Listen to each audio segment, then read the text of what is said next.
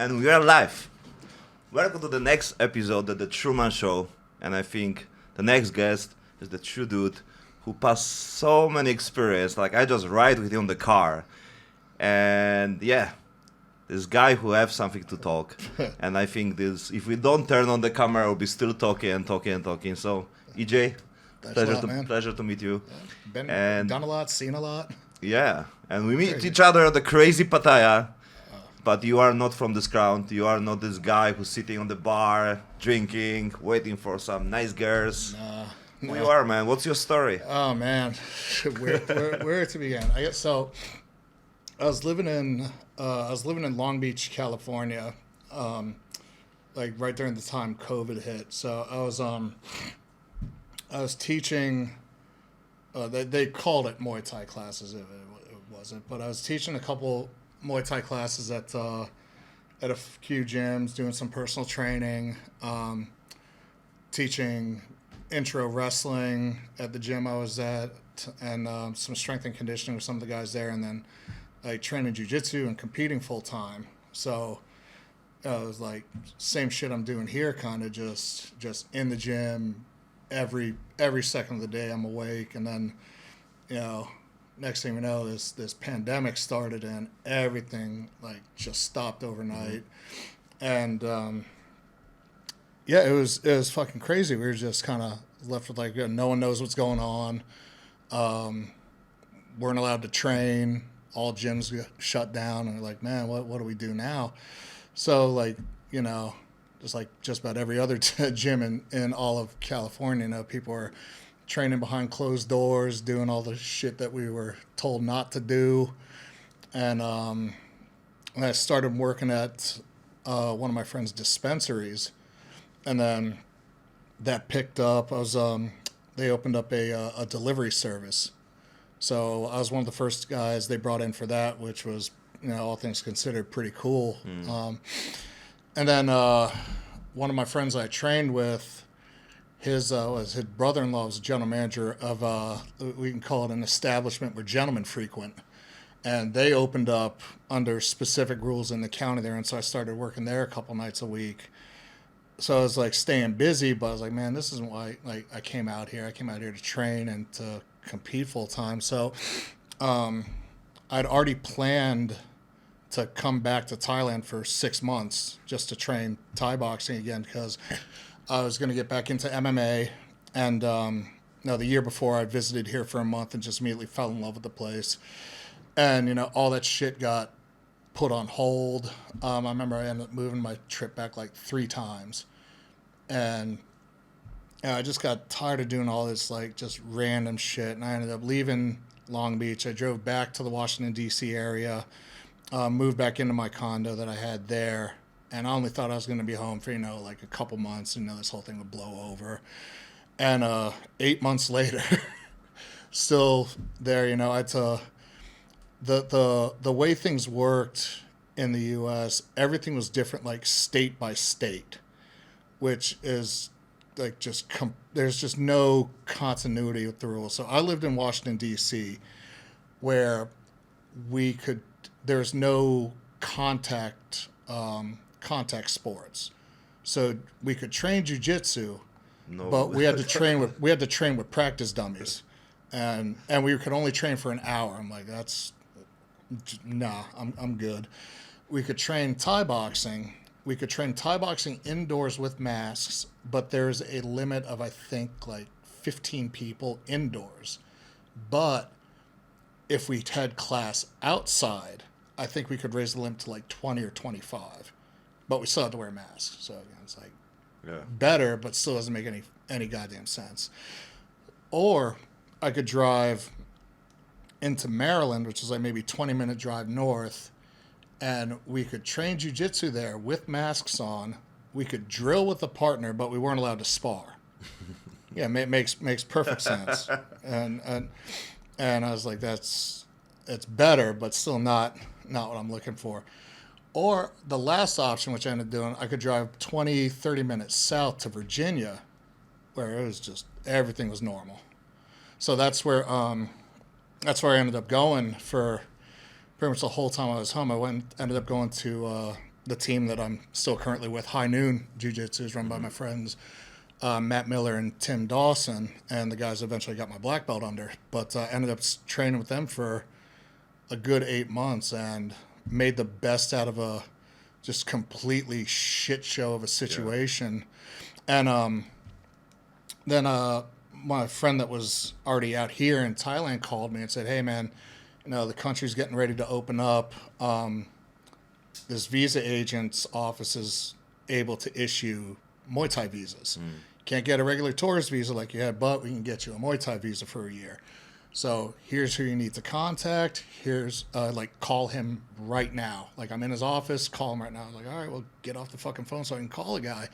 Hit him up, sent him all of my current visa, because I had a 9-month tourist visa or something like that. It was like a 6 or 9-month tourist visa that was already approved, paid for. So he wanted, the everything.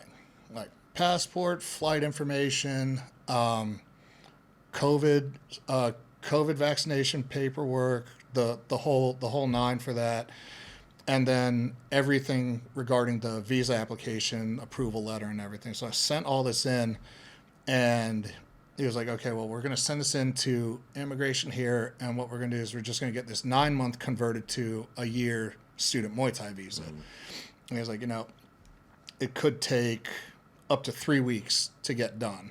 So just sit and wait. But here's when Thailand's reopening.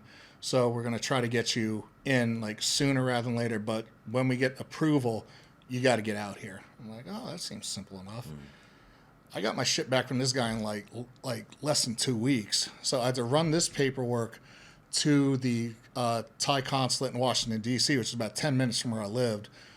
So, of course, because I'm a fucking idiot, I went over there in person, and they're like, "What are you doing here? We don't take in-person appointments right now because of COVID." I'm like, "Oh yeah, I'm stupid." Online. Yeah. So they're actually really helpful. They gave me an online portal to use where I just had to redo the application, mail everything into them, and same thing. It could take 2 weeks to get this back to you. They got it back to me in 3 days. And I called up the visa agent. He's like, "Hey man, I got my passport with my visa. What now?" He's like, "Get over here." I'm like, "Okay." 2 days later, I'm on a flight leaving Washington D.C. and coming over here, and that was about 3.5 years ago. And yeah, man, probably most random decision I made in my lifetime, and probably one of the best. So, what's you mentioned about the Muay Thai, right, in US, yeah, right? And you said it's not the same. It was not Muay Thai, right? Yeah, it's my trainer Nakapon Pungforn, who man, I can't imagine the headaches I gave this guy. But he was he's Thai, and he was also a Muay Thai world champion, and he a pro MMA fighter. He his one loss when I was training under him, I believe it's to Nate Quarry. So he came up in the old school hardcore days of fighting. His trainer Mike Moses is also from the Maryland, D.C., Virginia area, and they trained under Arjan Chai, who is the first one of the first Thais to actually come bring sport Muay Thai to the U.S. So there's a traditional base for Muay Thai the way I learned it. But a lot of the organizations, at least that I've seen in the U.S., it's not that it's bad or technically inferior, but the sport formats leans a little bit more towards kickboxing. So it's still technical, it's still challenging. Guys are still really, really good, but it's not traditional Muay Thai here. We want to get the purest form of the sport. Where you got to go? You got to go to the motherland for it. It's like that with just about every sport that I've done. So it's just kind of little things of the drills that we would do. I remember we would do a lot more kind of longer oriented combinations, which had a lot of tools put into them. But you come over here and combos are maybe 2 punches, a knee, and a kick. Yeah. Or multiple kicks thrown together. So it's the style here, I think, is a lot simpler, a lot more basic, but far more effective. Yeah. I think that the routine also. I think the amount of the Thai coaches when it's basically you have spent more time? Well, I mean, you grow up doing something from when you're Yeah. like 4, 5, 6 years old, and you know you're competing at that age. Yeah. You're either going to get really good or you're going to get the shit beat out of you. The big thing in the U.S. too is how combat sports are sanctioned.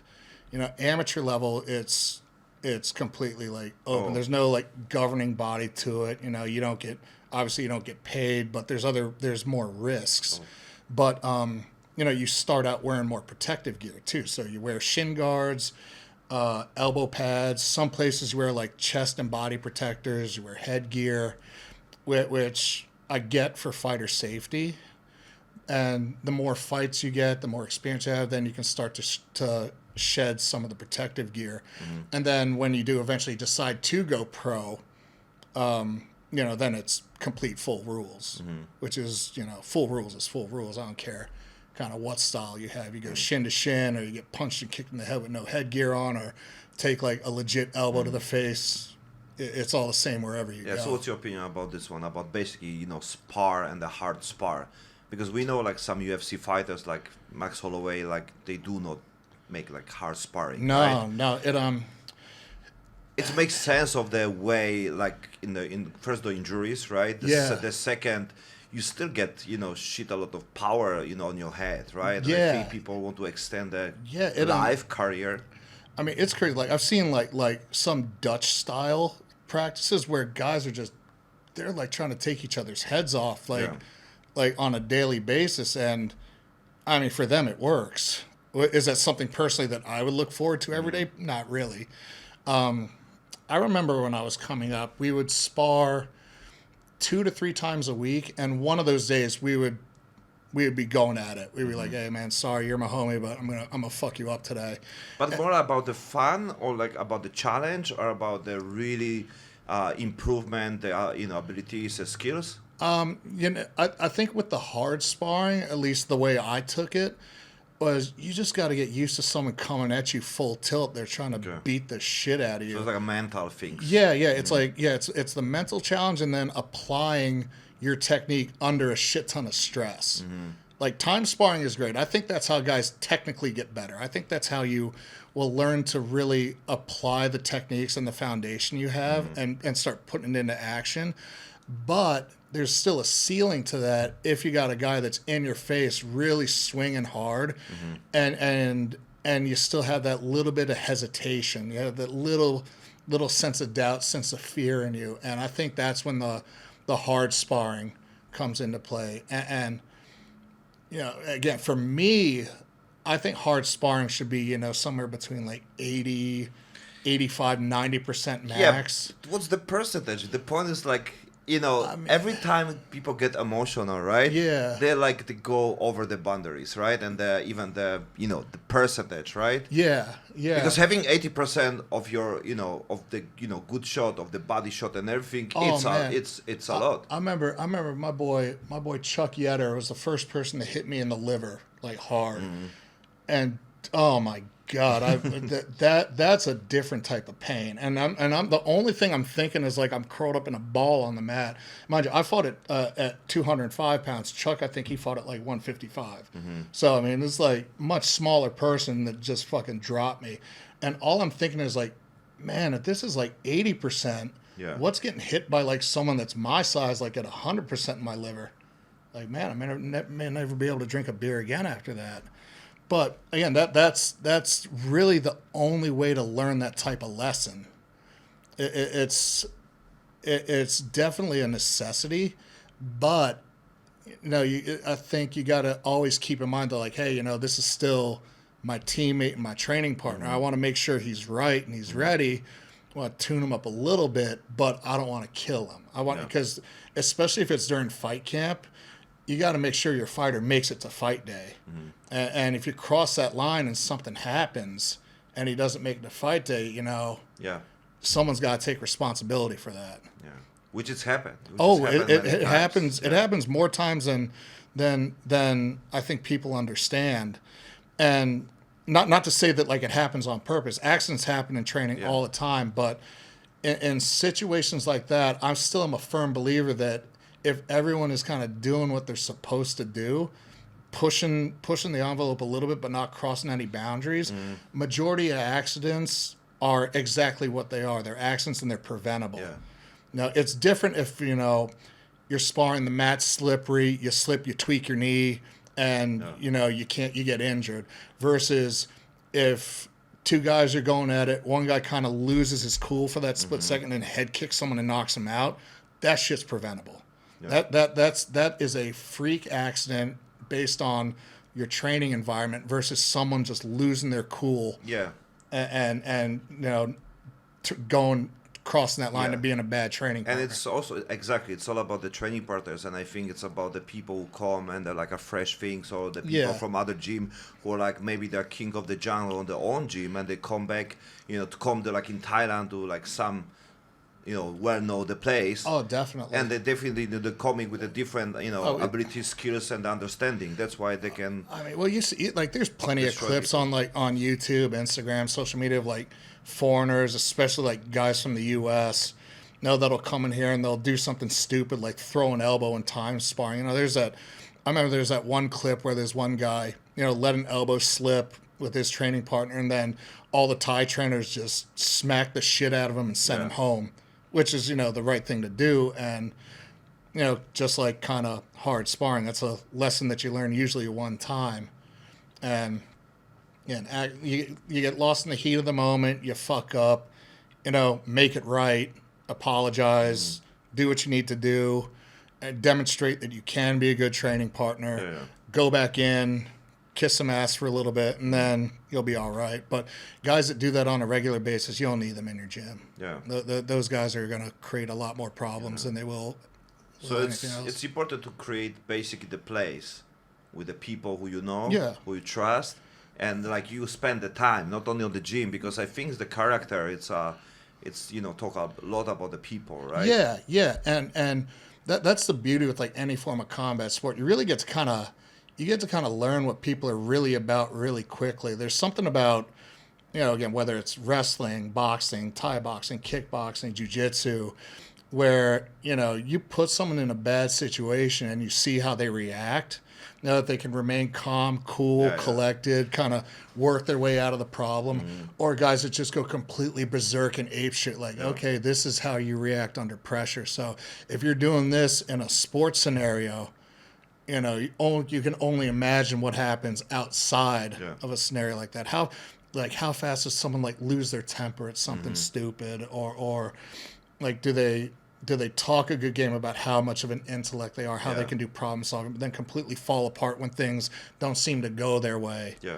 You show up to work one day and your team is completely behind the ball, everyone's kind of in the shitter, no one's doing their job. Like, are you capable of getting your team back on track, or do you go in there and just fucking lose your cool, start cussing everyone out, tell everyone they suck, and don't create a solution?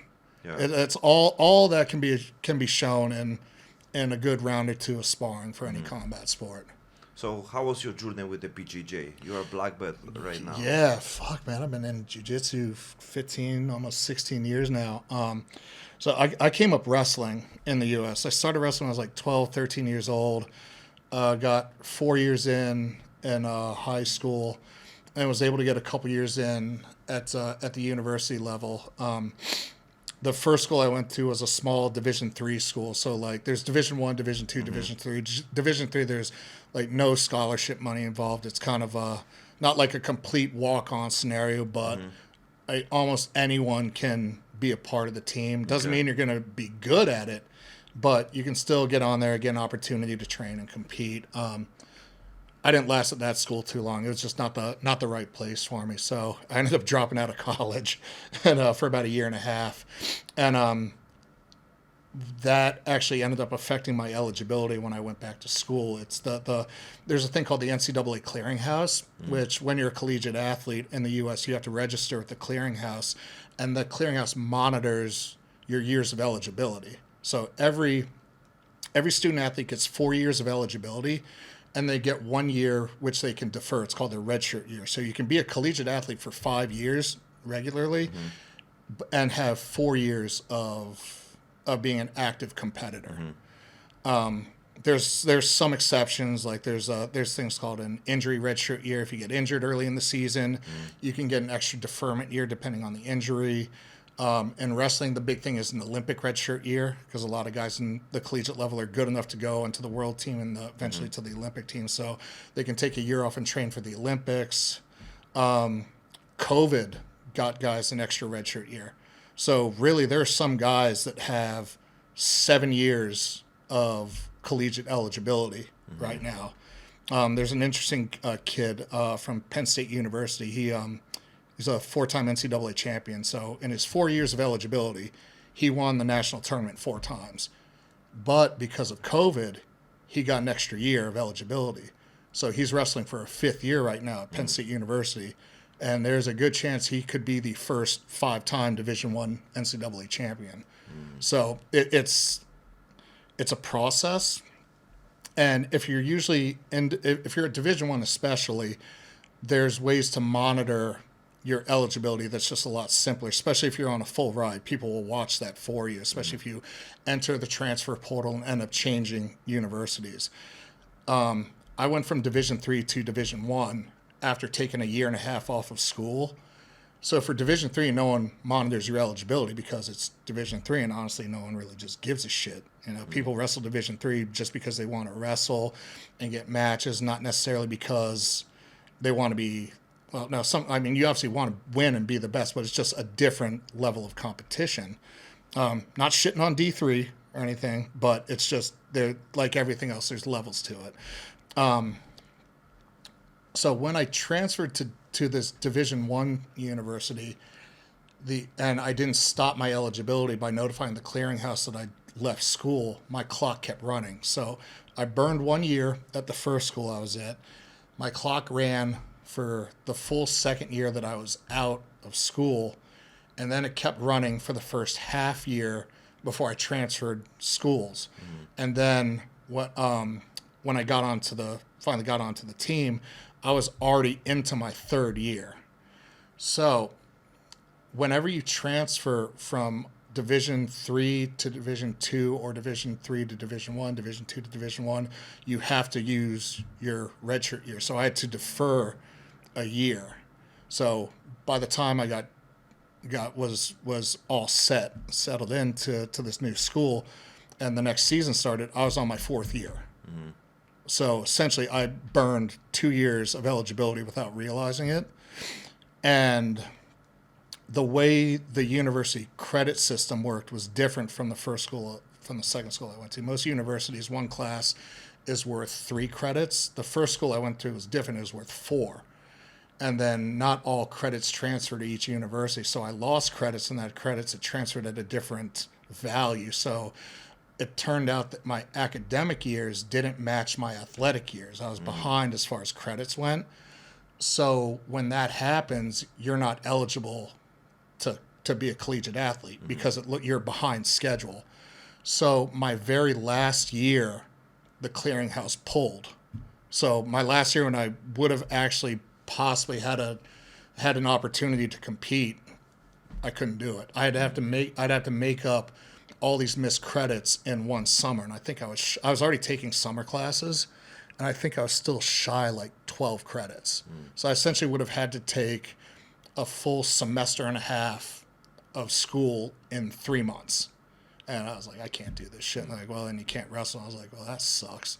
So I pretty much tried to fast track graduating after that. And then I started working at a gym probably through the last semester of school. And this one kid I worked with shows up with a Brazilian Jiu-Jitsu shirt on. And I was like, the fuck is that, man? That seems like kind of weird. And he was like, well, actually, it's kind of like wrestling. I'm like, there are other sports like wrestling? You know, because in Europe, like, in Poland, we don't have wrestling, right? Yeah. It's not even popular, right? Yeah. We have some, not even grappling, like we have BJJ, but it's still only like a gi, but it's not that popular. Yeah. But you can transition from the wrestling to the BJJ. It's like it's easier, right? It, You have it, some it's, basic. there are You things have a that are, judo. In Poland, it's more popular judo because you have a like Olympic champion, and it's mostly about this one. If you're someone famous from your country, right? It's like people want more, yeah, right? yeah. Well, and like that's a benefit of like judo guys that go from judo to jiu-jitsu is it like essentially like sport jiu-jitsu. Is essentially a kind of modern and updated form of sport judo because sport judo originally had neowaza, which was ground fighting, and that's where the guard came from. Yeah. So guys that studied like old school traditional judo can pick up Brazilian jiu-jitsu real quick. Anyway, so I'm talking with this kid at work one day. He's like, yeah, well, here's where the academy is. Why don't you come by and train? You'd like it. I'm like, oh, well, I have no idea what the hell it is, but it sounds fun. And so I remember I showed up there, and of course, I'm telling my mom this because because I was still in school. I was like, hey, Ma, one of my friends does this sport. He says it's a lot like wrestling, but it's a little different. And she was like, well, how different? Because I also got a really bad injury wrestling in college. Okay. So, of course, it's like, well, are you going to get injured? And I'm like, probably, which not the right thing to tell your parents, especially coming off a bad injury. So they're like, well, like, let's take a look at this, let's see. And I remember my mom drove me to my first, like, class there, at least to, like, look at the place. And that's where I met my first instructor, Fernando Yamasaki, at the Yamasaki Academy in Rockville, Maryland. And, watch class. I mean, first thing on my first day, I just remember Fernando yelling at me, "Where's your gi?" I'm like, "It's my first day, man. I don't know what this is." Like, I don't care. So watch it, and I was like, "Oh man, this is freaking wild! Like, you could like fucking like really like fuck someone up with this. I want to learn." And this was a Saturday, and I asked, I was like, "Well, do you have classes on Sunday?" And he was like, "Yeah, we have classes, but it's a little more intense. Not all the regular students go there. You should wait till Monday." I'm like, "No, I want to try Sunday." You're like, all right, if you want to be crazy like that. So I showed up the following Sunday, and that was it. I trained. I was like, oh, man, this is the best thing ever. Got my ass kicked, got choked. Yeah. Someone tried to break my arm. Like, oh, man, like, I really want to learn how to get good at this. Mm-hmm. And so, yeah, that was it. And then I moved from Bethesda, Maryland into Washington, D.C., and we had an affiliate gym maybe about a 5-10 minute walk from where I lived. So I could, walk down the street and around the corner and still be with the same gym. So, when I was in Maryland for after work, I'd go up to Rockville. When I was at home, or if I got off work early, I would go to Yamasaki, DC. And that was it. That was it. I started competing 3 months into training. My first tournament was Pan Am's as a white belt. I got hip tossed and clock choked in a minute and a half. And that's when I found out that in jiu-jitsu tournaments there's no like redemption rounds. So, you lose, you're out. So I was like, wait a minute. I flew from DC out here to Southern California to get choked in a minute and a half, and I don't have anything to show for it. And Fernando was like, yep. I'm like, yeah, I don't think this is going to happen again. So second tournament was Worlds at white belt, and I took second. And after that, so I got my first major jiu-jitsu injury. I tore connective tissue that holds one of my ribs in place. And so now I have a rib that sticks out on my left side. And so I fought through the tournament with that, took second, and then got my blue belt after that when we got back. So I got my blue belt in about 6 months. And, that was it. I was hooked. And but for you, was most about the competition, yeah. or like? Yeah, it was strictly because I definitely felt like I got completely like fucked out of getting an opportunity to compete in college. And the thing is, it's hard to say I got fucked because it wasn't really in anyone's control. Mm-hmm. Like, there's nothing that my coach could do about it. There's nothing the university's compliance office could do about it. And I was just pissed that I didn't get an opportunity to do what I love to do, and then stumble upon this new sport where I can still compete and learn a new skill at the same time. Mm-hmm. And I just jumped on it and went with it. At blue belt, I remember I did, because that's also blue belts when I got into MMA, and I did 26 competitions in 24 months. MMA fights included. So I mean, I hit the ground running, and it was so much fun. When I started doing it, I was like, I think we're gonna be doing this for a while. I didn't know like how far I would get or how good I would get. Yeah. But I was like, we found something that we can stick with. It ended up being a shit ton more than just competing. It created a good routine for me. It reinforced good habits. Kept me out of trouble after getting into a shit ton of trouble. Yeah. So but that was what was supposed to be my next question. Like, how was your day? It was challenging. With this one, was the part of like escaping. The do it things what you're not supposed to be do. But I think it's always the process for everything, right? I do BJJ basically it's because it's the way to be active, for the health. Yeah, I will be do some competition and everything to challenge myself, to do something about this one. But at the same time, people need to find something, and I think there's no way, I'm super fan of BJJ because it's, first of all, the community is amazing.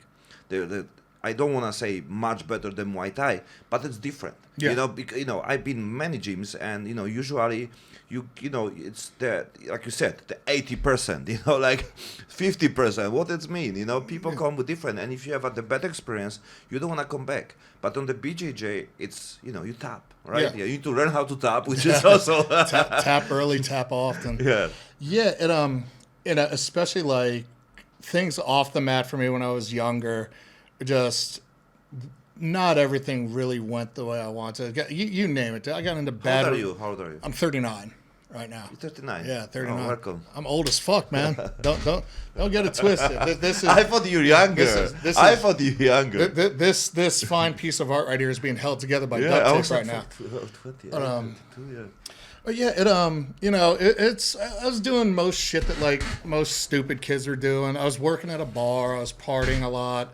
Living on my own, making a good living, like between working at the bar, working at the gym, it was good.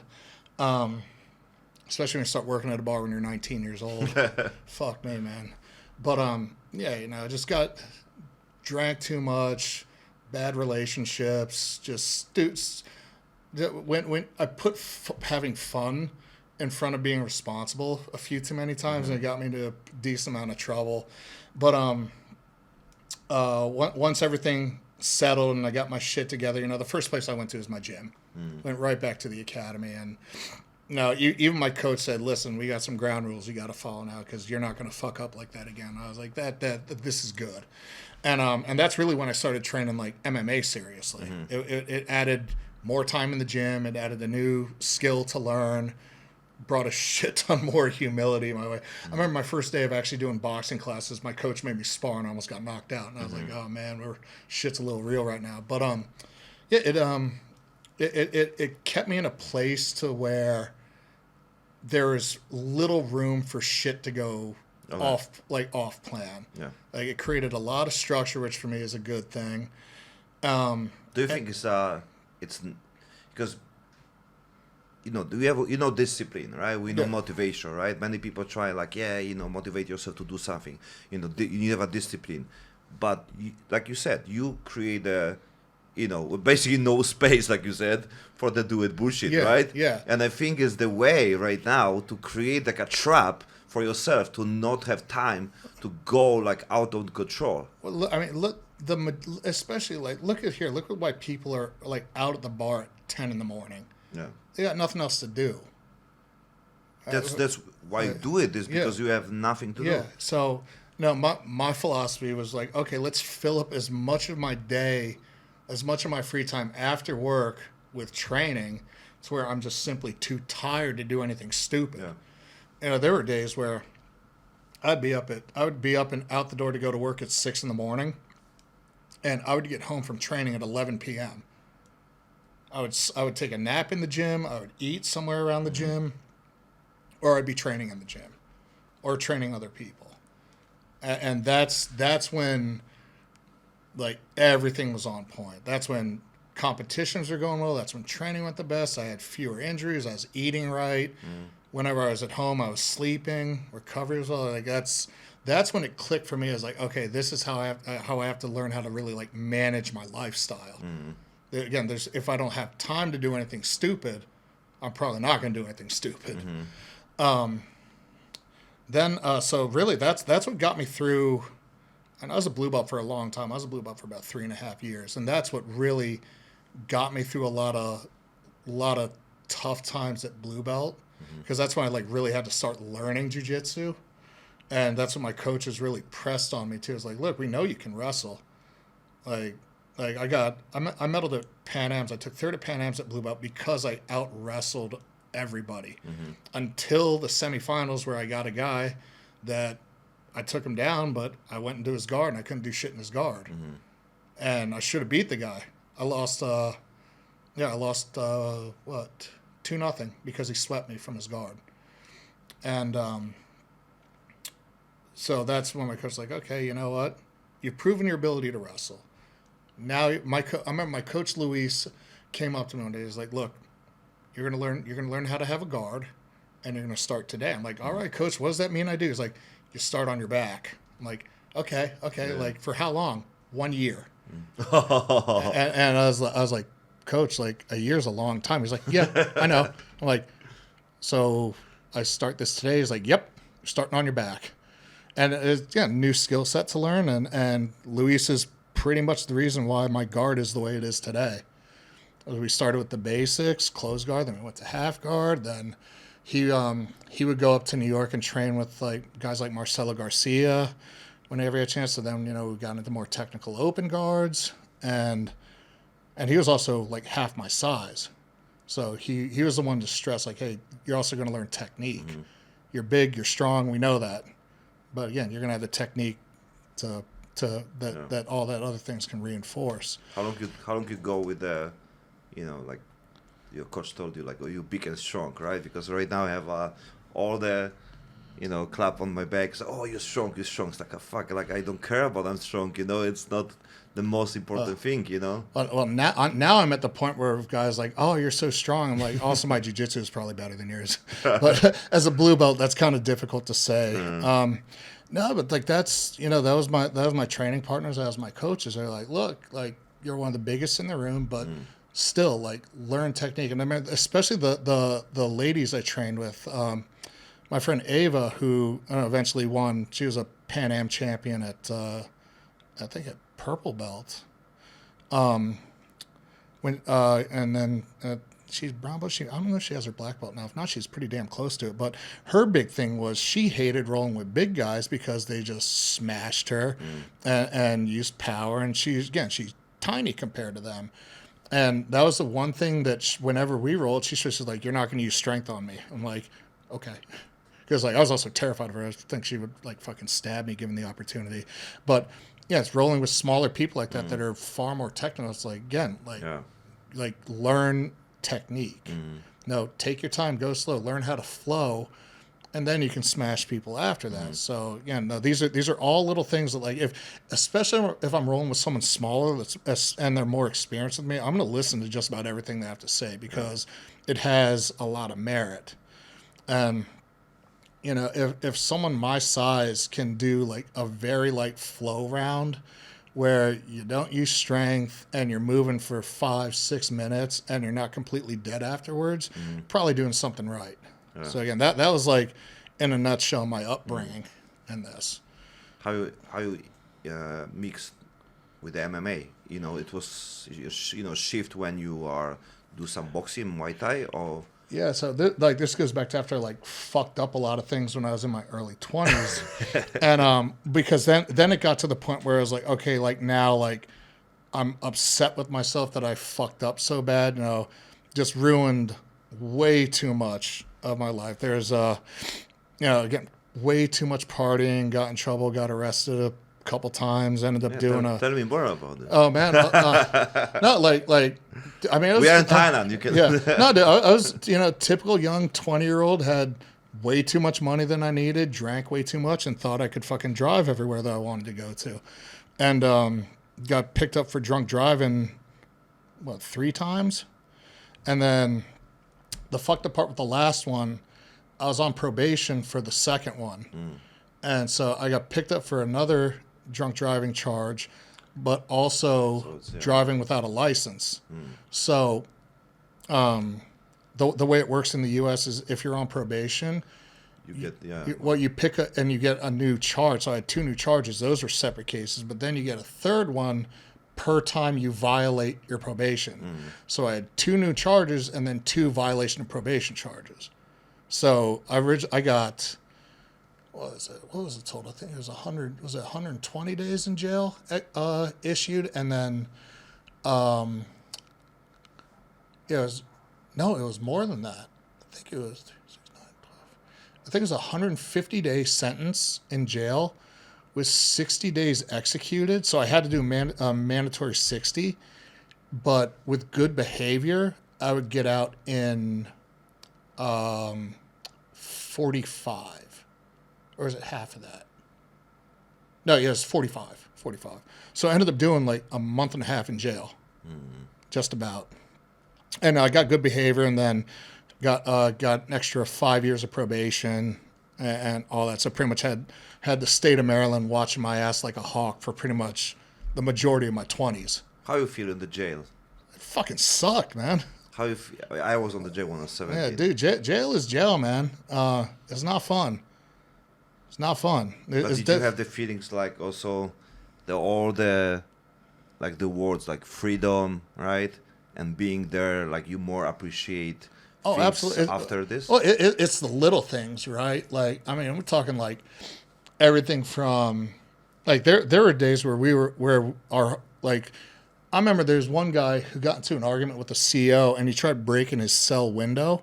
So when one person fucks up, everybody pays for it. So we were on 23-1 for, I think, 3 days. So we were in our rooms for 23 hours. We were allowed outside for 1 hour for 3 days. That fucking sucks. Like, just bare minimum, there's something about taking a piss in front of a complete stranger a few times a day for 3 days. We're like, yo, this is terrible. I got really good at the game Monopoly, though. I was able to sneak a Monopoly board into the room a couple times without getting caught. Is there real Monopoly? Yeah. They gave us board games and all this shit. The big thing was there. We had little radios and batteries for the radios. Man, if you had those, that was like fucking gold. You are like king of the jungle. Yeah. And so once I got past all that shit, got back at first, and the crazy, of course, so like I missed like a month plus of training.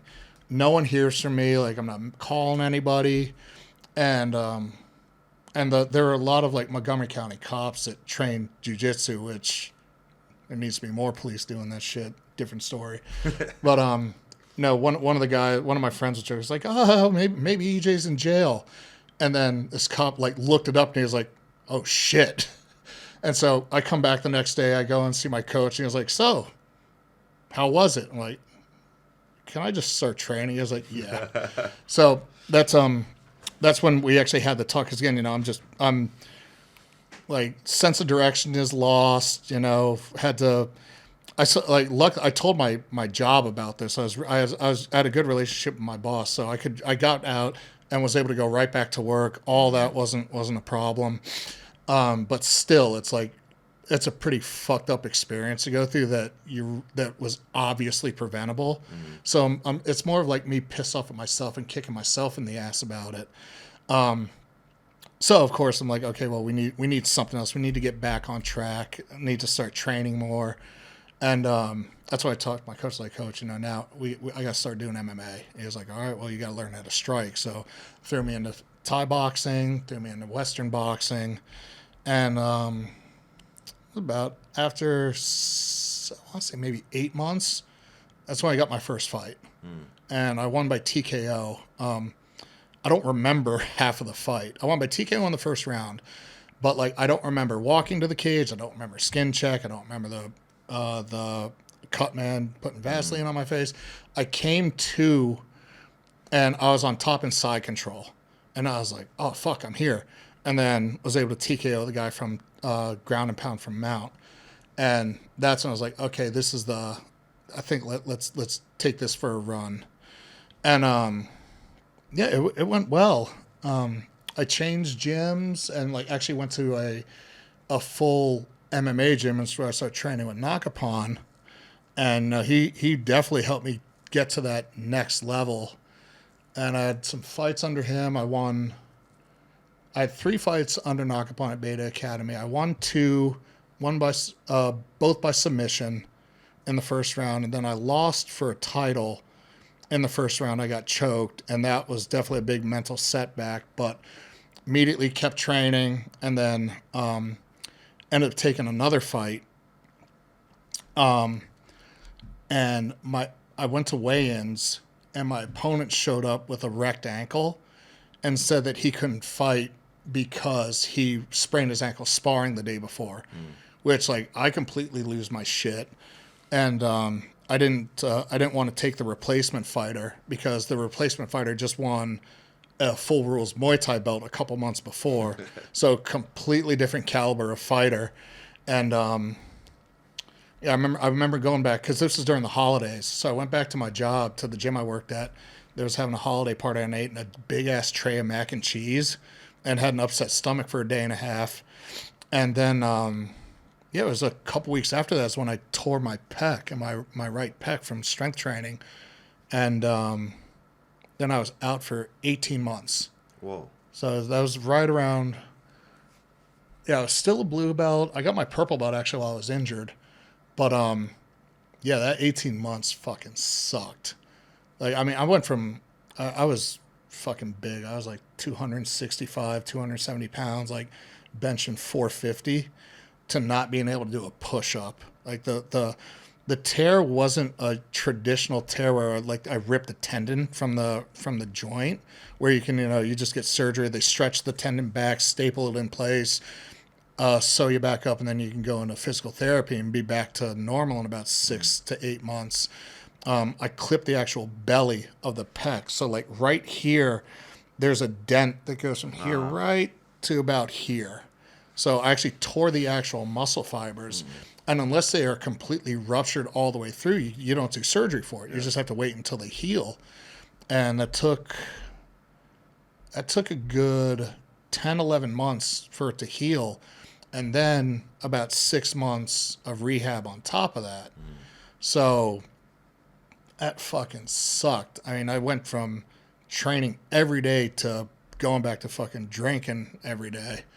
And luckily I had a shit ton of work to do, so everything was held together by that. But finally, I remember I was doing what the fuck? I was coming off like a 3 or 4 day bender, and just completely fucking out of my mind. And I remember watching a it was a Stuart Cooper documentary on ADCC of that year.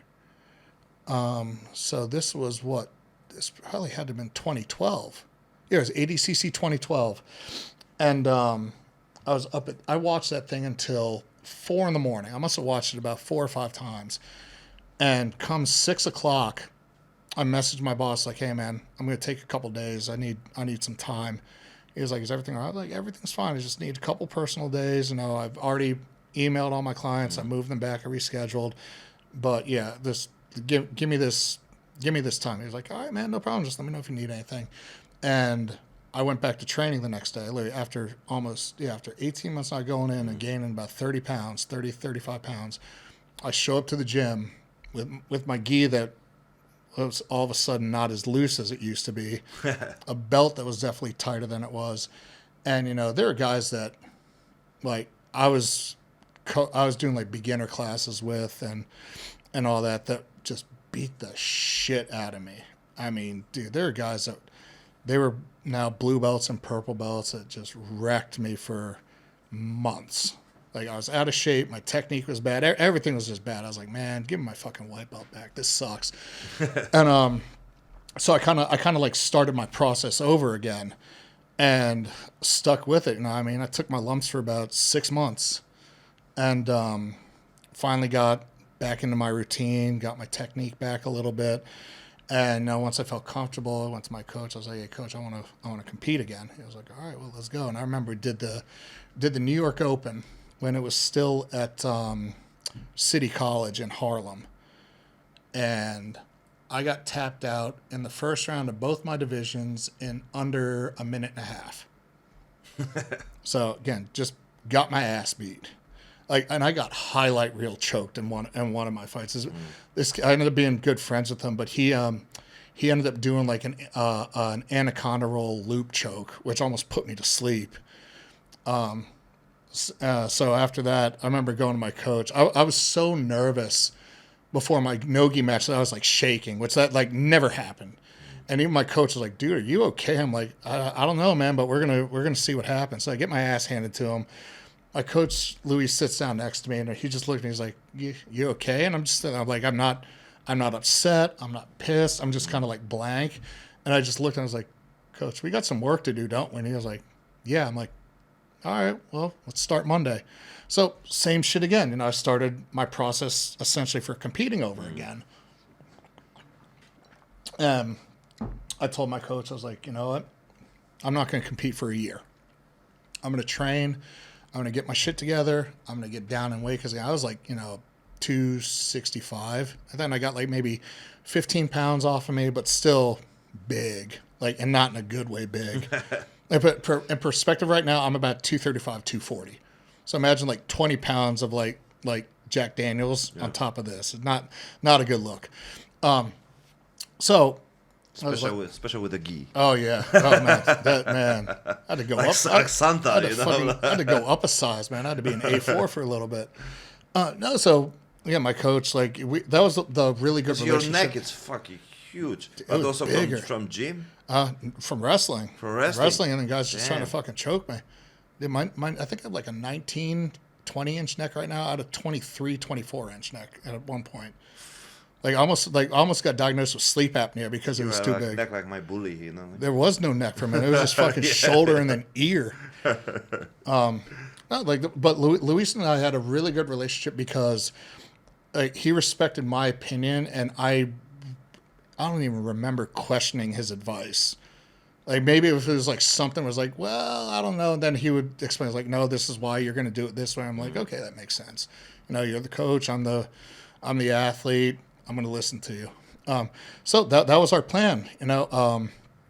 Trained for an exact calendar year. Did the exact same tournament the following year, and I ended up winning it. I weighed in at 245 pounds. That was the one photo I showed you with Luis and my other coach Neto. That was the New York Open, and that was the tournament I won. And that's when I really started excelling at purple belt. That's when I started. I went back to the same competition schedule at blue belt. I was doing something almost every month, and that's when I really started, consistently winning.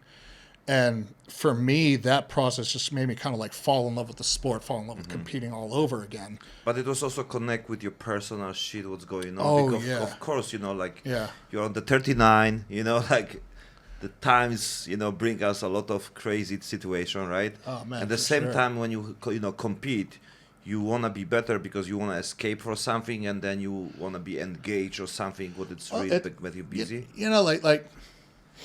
I'm talking about also about the people, right? Who have the situation like us, right? Yeah. And I think everyone pass on life, broken heart, the drugs, crazy party, and of course the friends, bullshit, money, business, and everything, right?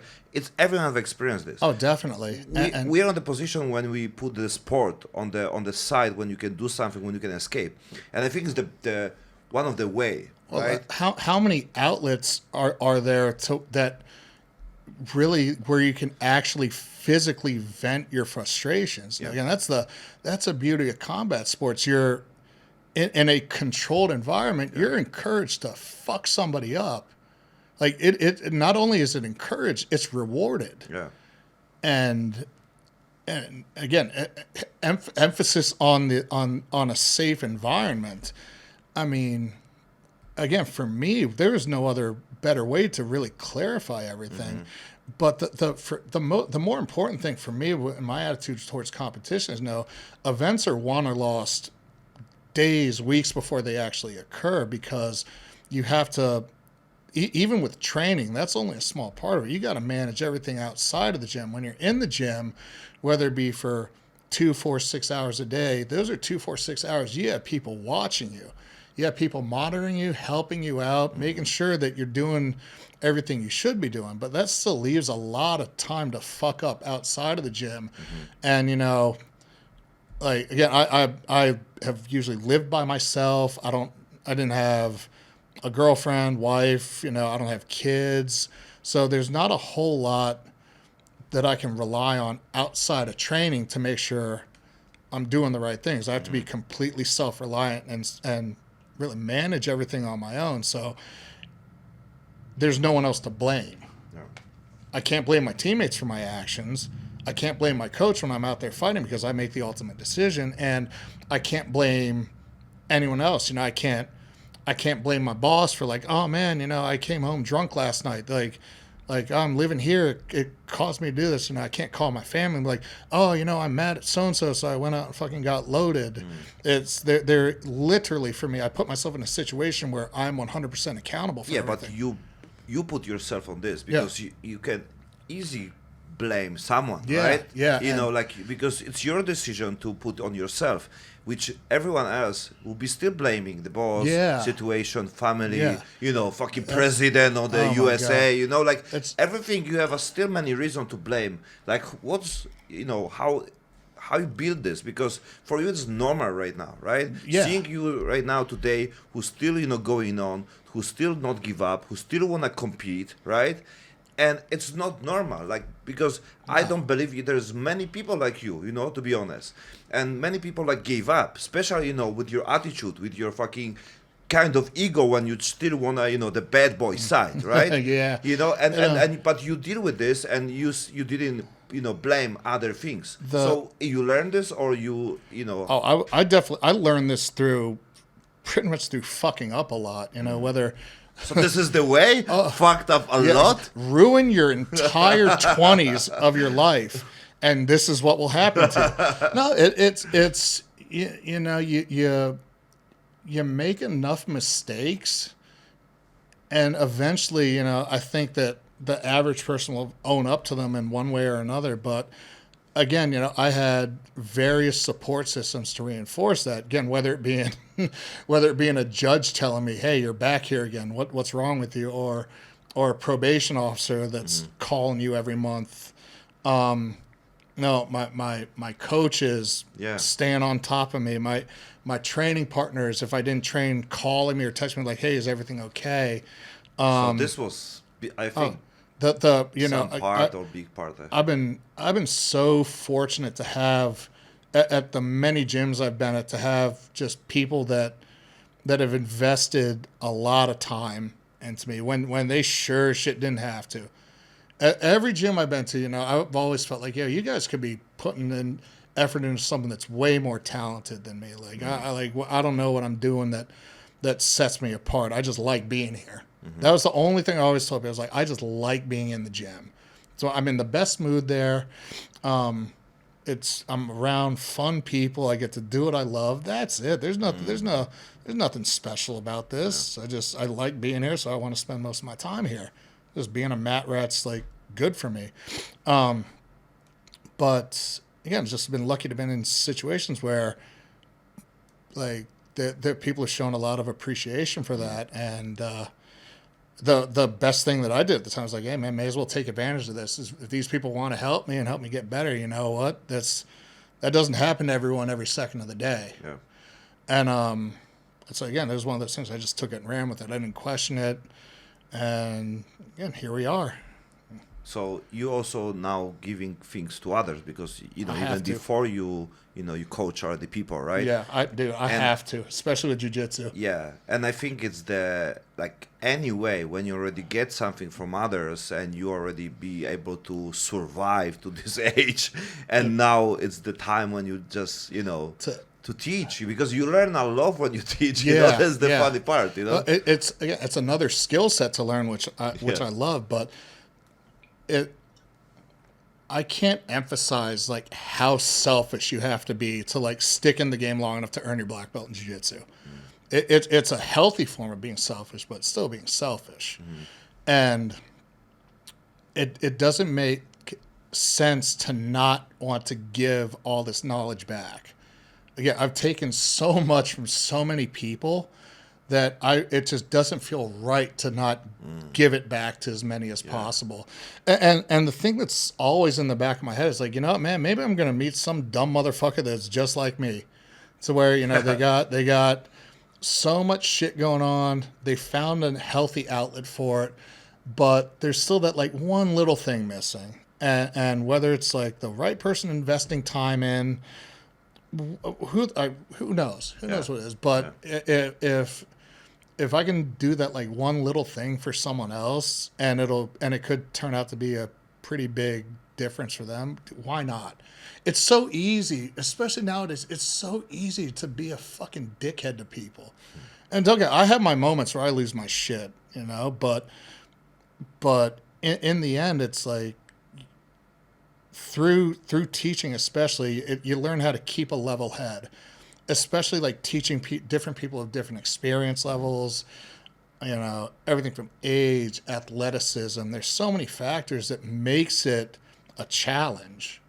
So it's I don't look at it as a bad thing. You know, if I can, the way I was taught was, you know, if you can take 100 people, show them a sequence, and then to get every single person to complete this sequence with their own unique skill set, and you can just help them kind of find their path through it, you're doing your job right. And, you know, I quite haven't figured that whole part of it, but I'm working on it. It's work in progress. But that to me, that's what's really special. And that separates like a good coach from a great coach. Mm-hmm. You know, a good coach can demonstrate anything and explain how to do it. But a great coach can do that same process, but then get many people of different builds, ages, genders, athletic backgrounds, you name it, to complete that sequence again and find their own path through it. And find their own fun on this, and I think, because it's all about, like, if someone have the ability or disability to do something, like, it's still fun, you know? It's still fun what... You know, like you said about being this kind of person who see this, and I think it's also give you the things back. You know, if you do this for others. The one thing too is helping someone like kind of find their way to complete a technique. So for my case, coming up was triangles. I was terrible at triangles. I even in practice, I can't remember ever hitting a triangle from white to purple belt. Why you like it? It was just one of the basics. I was like, man, you know, I see guys like I remember coming up. No, it's that ADCC watching 20 times. I mean, like seeing like bigger guys, like especially guys like Estima,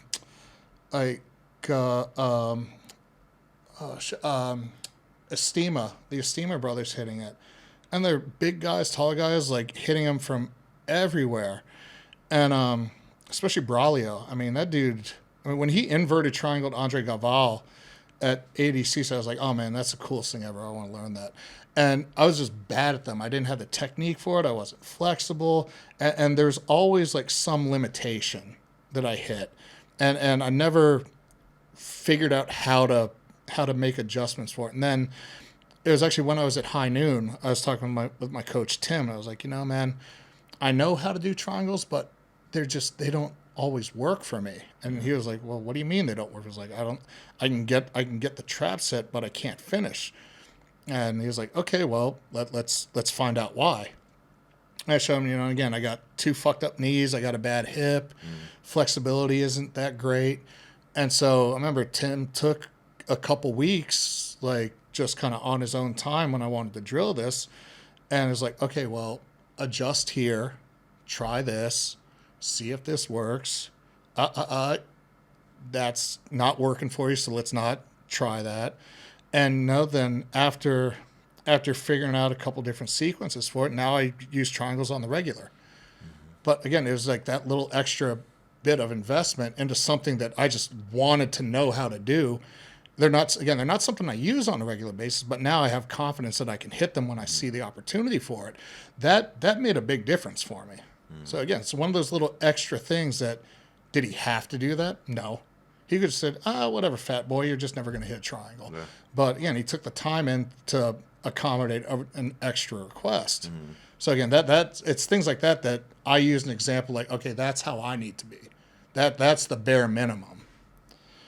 But yeah, so now I can triangle people. You're the guy who, working on your strength, or you're, trying to improve your weakness. I always work on my weaknesses. That's why I know I can like, despite my countless injuries, I can still wrestle. Mm-hmm. I know I can hang with not everybody, but the majority of people on my feet. Mm-hmm. At least if I can't take someone down, I know I can at least defend takedowns pretty well still for an old guy. But it's still in practice, I start on my ass. I sit in my guard because I still don't think my guard is that good. Mm-hmm. It's gotten better, but I still think I need to work a lot on it. So, again, I use the philosophy that, my coach, Luis, always stretched me. He was like, hey, guess what you're going to do today? You're going to start in a position that you are not comfortable in. You're going to start in a position that you suck in. And you're either going to get better or you're going to get your ass kicked. Mm-hmm. So again, it's that old school mentality with me. That's always worked. And I'm at the point now where it's like, okay, it got me this far. I think it can still keep everything going forwards. So it's still like the losing part. It's motivate you more, dude, right? I don't give a fuck about losing anymore. Yeah.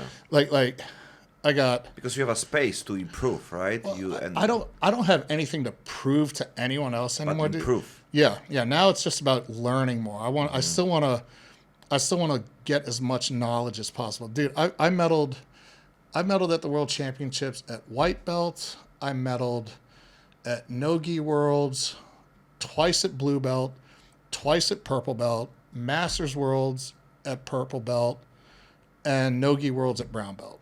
So I've medaled at a World Championships at every single belt, and I medaled at Pan Am's 3 times. I don't have shit to prove to anybody. My name is in the IBJJF record books. Congrats. So, now, and even at black belt, I medaled at the Asian Open in Japan, the IBJJF Asian Open in Japan 2 years in a row. And those are the tournaments that matter. Side things from IBJJF and other practices they do is one thing, but that's where the highest level of competition is. And they wrote the rule book on the sport. You can't argue with that. So if my name is in their record books for the end of time, I'm happy with that. When it comes to the practice room, I should be getting my ass beat. My coach beats the fuck out of me at will. I think a couple weeks ago, I think my coach tapped me like 5 or 6 times in a 5-minute round, and Volva's like half my size, and that's if you're not getting submitted while you're training, you're not in the right room. You really aren't at all levels. You need someone that will constantly test you, challenge you, and beat you. Mm-hmm. Unless you're a white belt, then you're just going to get killed every single day, and whatever happens. So what's the losing part if you take this to your real life? Because I believe everything what we experience in the BJJ, it's very connected with the real life. Oh, absolutely. It's definitely you don't give a fuck about losing in life. Oh no, I do. I absolutely don't get me wrong. I fucking hate losing, right? Yeah, I mean, I can imagine. But it's the reaction to it. Like, dude, I remember I was in high school at the national prep tournament. This kid from the best school in the country in high school got thrown and pinned in like 30 seconds. Just got caught out of position, got thrown, got pinned, barely shook his opponent's hand, ran off, got his silver medal in the national tournament, and threw it in the trash. That's not a healthy way of accepting a loss. Are you pissed? No. Yeah. Do you have a right to be pissed? Absolutely. Is that a constructive way to learn from the situation you're in? No. But you learn from this. But we learn from this. Oh, hell yeah. I learned, like, man, I should probably not act like that. It just makes you look like an asshole. I mean, into watching the people like this, right? And even like you and everything, like it's a process, right? Yeah, it's you lose in a if you lose a jiu-jitsu match, and that's like the worst thing that happens in your life, you're gonna be okay. Like it's only a game in the end.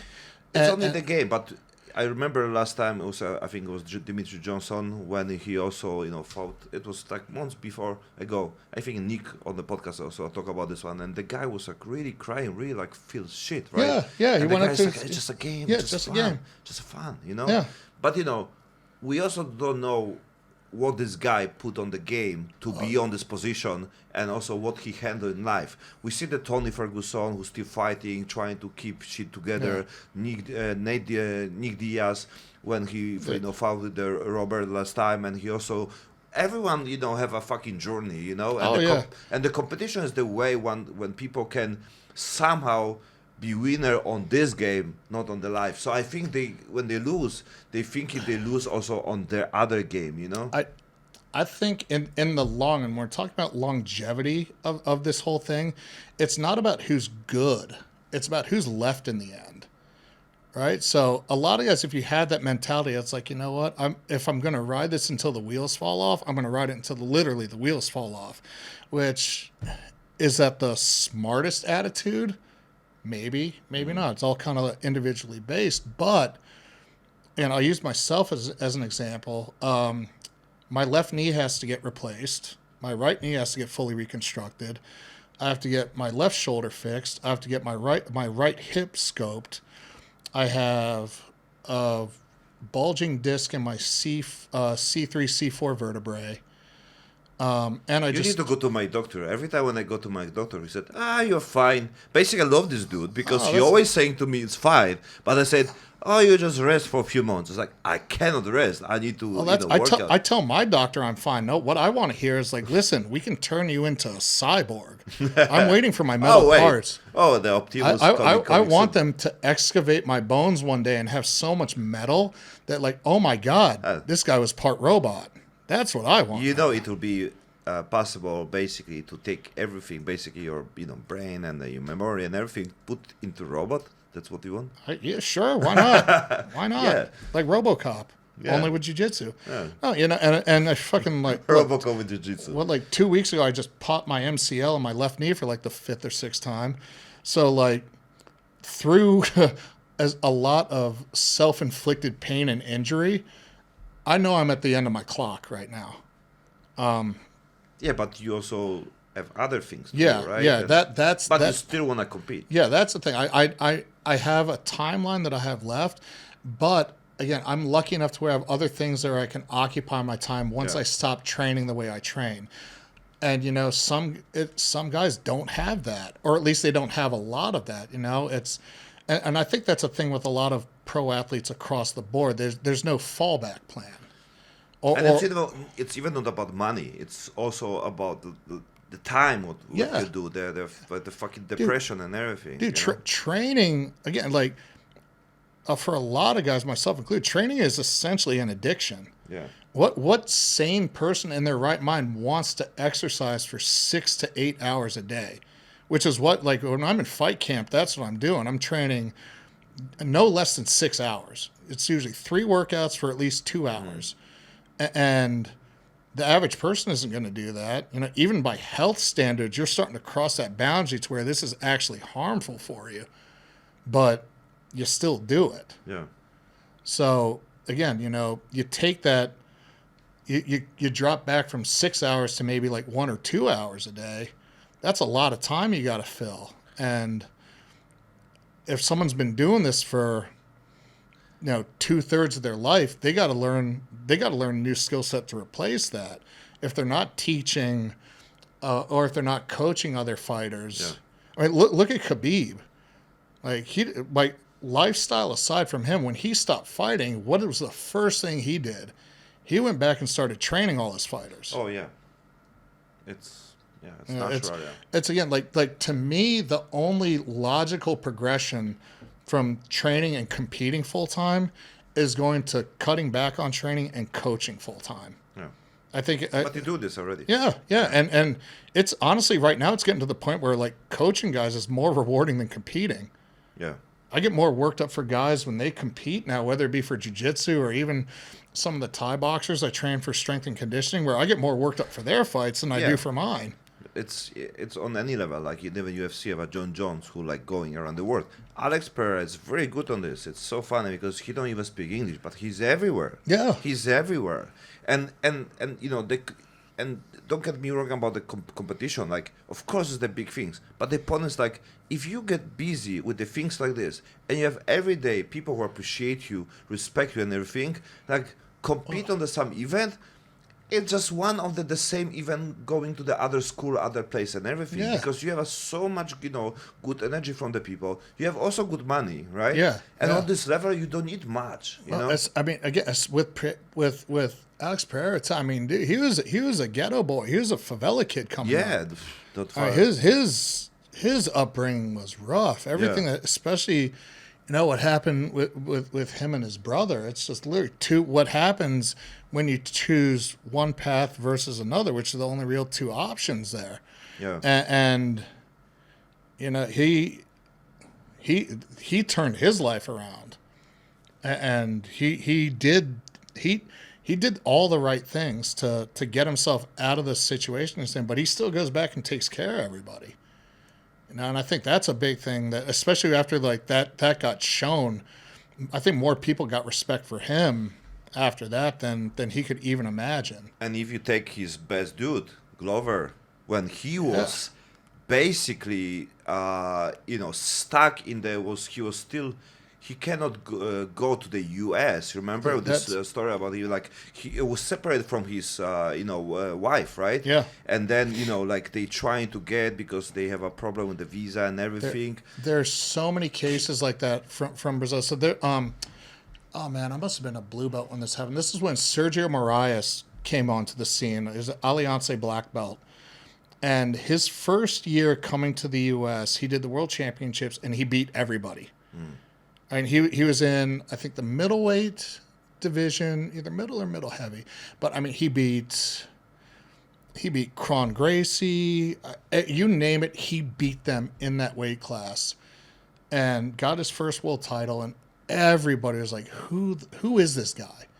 Where did he come?" Then I think it was Flo. I want to say Flo. Looked into like where he was from and like looked at his story. He got denied a visa from the U.S. for 4 or 5 years straight.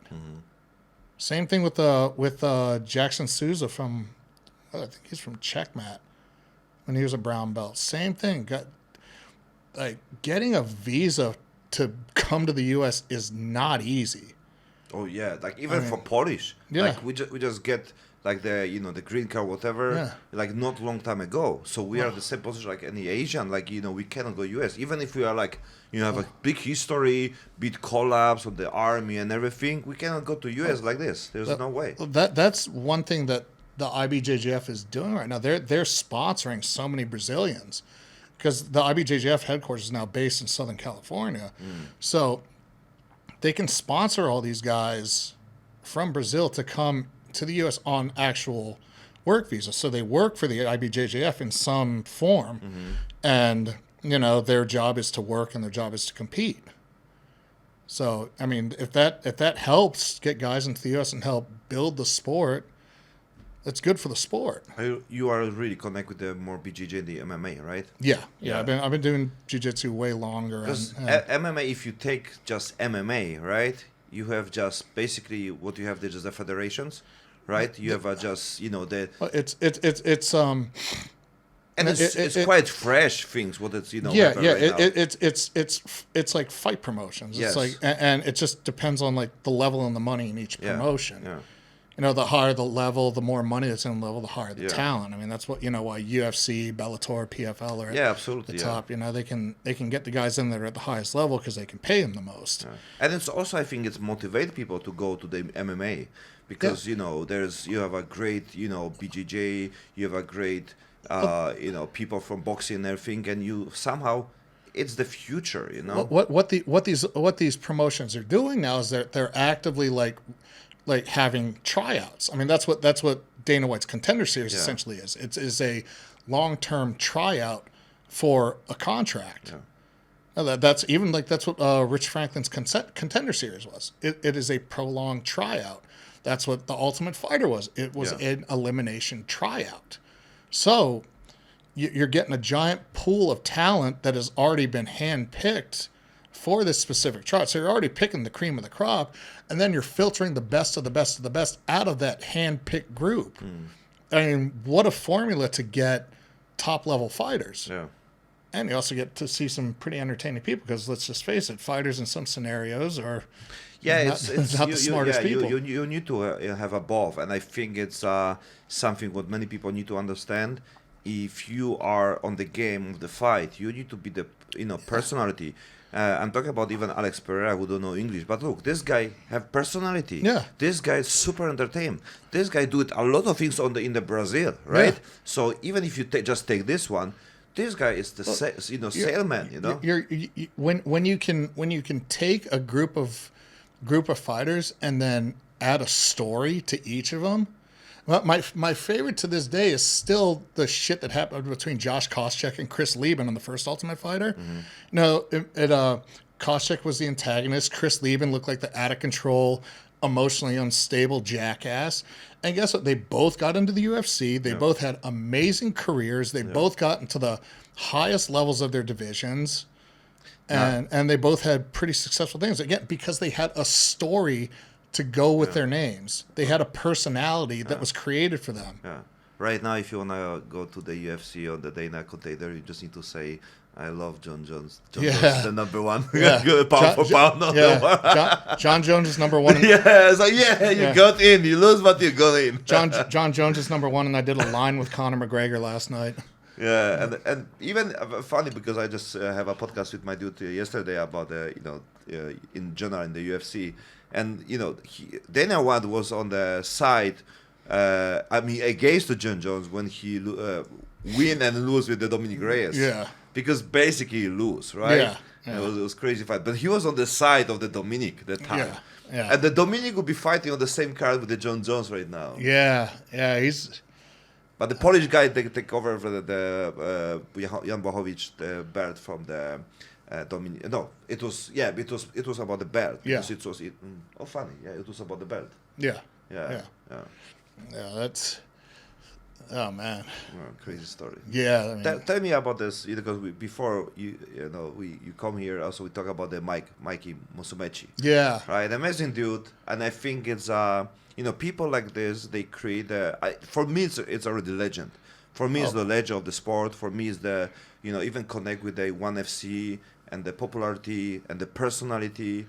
It's something big, for absolutely. In general. I was at the World Championships when Mikey won all three of his titles, and two of those when he beat Bruno Malfacine for a world title, which no one thought was possible. I mean, Bruno was the man of that weight class, because I remember before that it was always Bruno Malfacine and Caio Terra, and Bruno beat him, and Caio Terra's incredible. I mean, talking a just on a completely different level. And then to see Mikey, his first time fighting Bruno, just this young, fucking happy, goofy looking little kid, nerd, beat a freaking legend of the sport. And I was like, oh man, that's crazy. And then he went and won his second world title and did it again, then won a third one. And I think it was his second year. I think he shaved his head. I was like, oh man, now this nerd looks like a fucking convict. It's looking crazy. But no, he I mean, what more is there to say? He did what was unthinkable 2 times, and then topped it off with the third one. And I mean, and again at the IBJJF Worlds, you win a world title, you get your world title. You don't get money for it. Yeah. You still have to pay to register for the World Championships. So what do you think it's their business, to keep going? Because, on this level, popularity of course grow on the time with the Mikey Musumeci. It's not long time ago, right? Yeah, it's basically 3 years ago when we were seeing on the Joe Rogan, right? Yeah. So and your channel grow, even what do with Mighty Mouse, with the podcast, right? With the of course events and everything, right? But it's rare, not many people, go into the position to promote self like this, right? Especially the BJJ people who quite stubborn, no, they don't get the social media game, right? Yeah. It like BJJ, it's still kind of in a low class of its own as a sport. People that follow jiu-jitsu and go watch jiu-jitsu, whether it be on, on like One or TV or whatever, ADCC, CGI, all that, or if they go to like live events. I mean, I lived 15 minutes from the Walter Pyramid when I was in Long Beach, which is where the World Championships are held. The big thing I always remember is that people that were at these tournaments, every single person was involved in the sport somehow. They either practiced, they worked at a gym, their significant other was a competitor, there were a vendor, something within the art, the smaller, close community of the art itself were the people that went there. So everyone there understood the sport. Rarely can you get someone that like hasn't experienced jiu-jitsu, trained jiu-jitsu. Rarely could you get someone like that to go to an event or like watch an event and really understand what's happening. Yeah. I remember my parents came and saw me compete. I didn't know the rules. Fuck me, man. There are times where I'm even competing. I'm like, oh man, am I getting points right now? What the fuck is going on? No, I remember my parents came and saw me compete. There's the Washington, D.C. Open, I think in 2018. No, earlier than that. 2017. It was right when I got my brown belt. And I did a gi division and a no gi division. And they watched, they got there for my no gi division.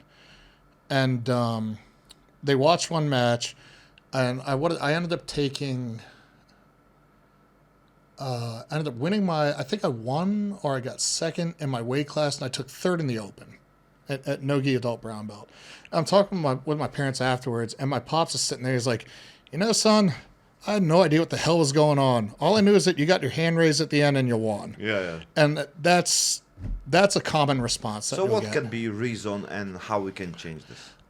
Honestly, it's the rule set is so confusing when points and advantages are involved.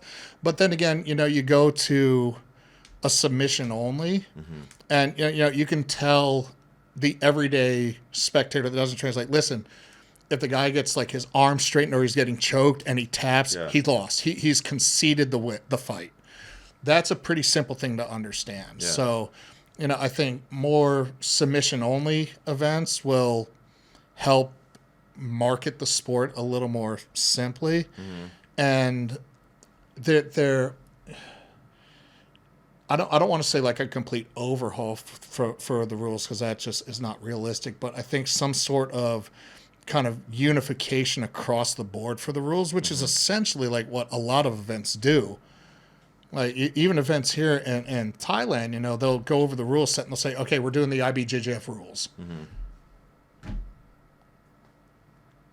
Just unify the rule set under the original rule set, and then simplify the rules. Because they have an exception, adding, this one not, and everything. So it's even like nobody can even follow who like even compete, right? And then like even start and everything, because it's difficult. It's difficult. It's too difficult. Well, and again, this is not me bad mouthing any specific rule set, but I went to. You can talk. So I can say fuck all the ruls. Yeah. No, well, like I went to an ADCC referees course where I actually got to learn the rules of ADCC.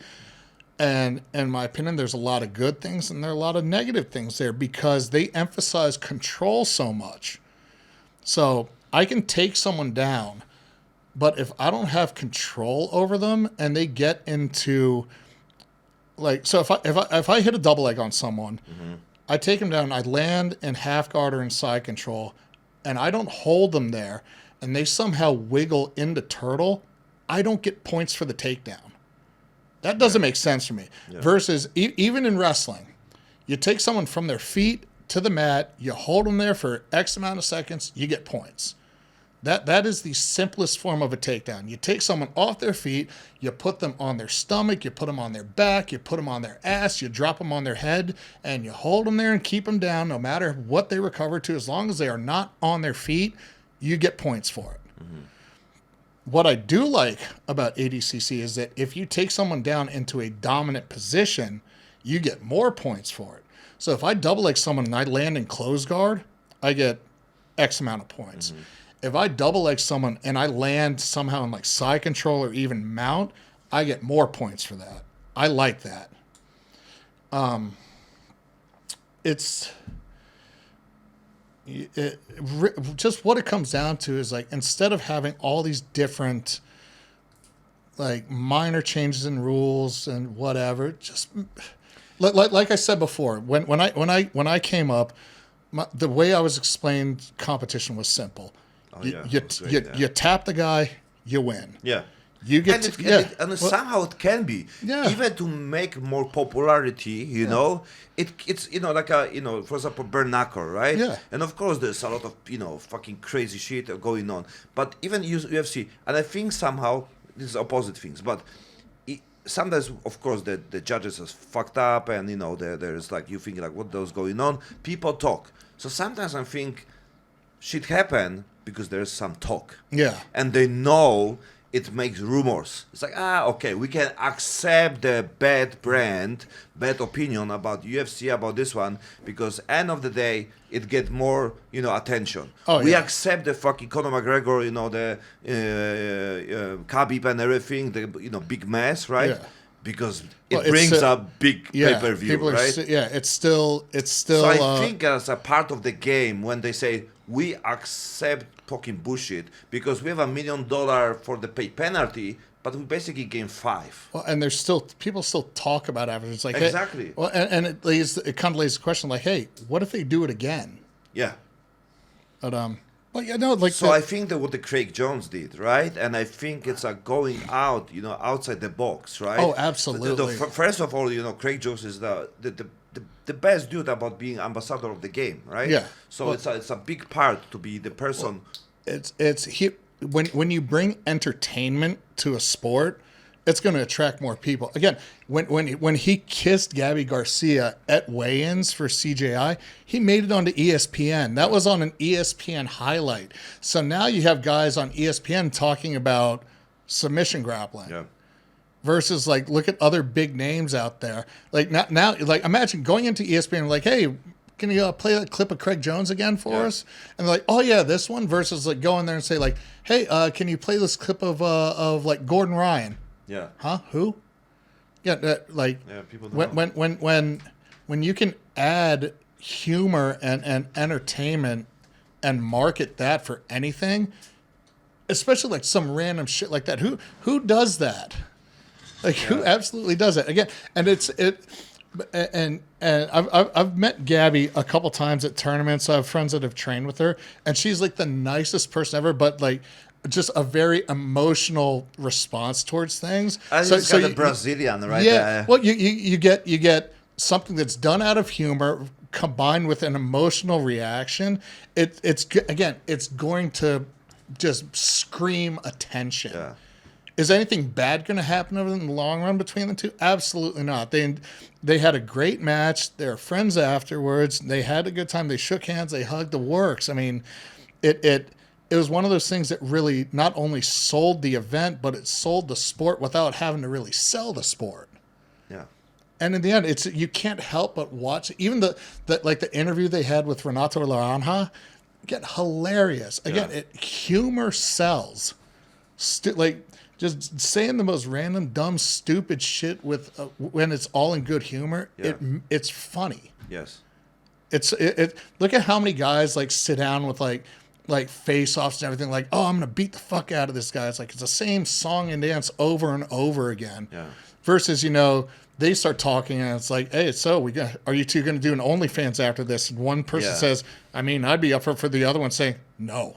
It's like, yeah, they're gonna do it. I mean, we have amazing ambassadors. We have a Joe Rogan. We have Alex Friedman, right? Oh man, there's so many guys. But the point is like, they promote, they talk about this one, right? They really like putting the sport on the position. Like, there's so much nice memes, nice jokes about this one.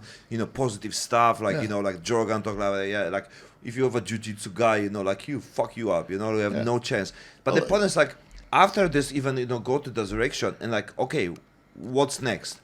the big part, I think, of the Craig Jones make the CGI with the how you call this, the not octagon, like the pit. The pit, yeah. It's great, and I Yeah. think it's the like a fun for the team. It's different.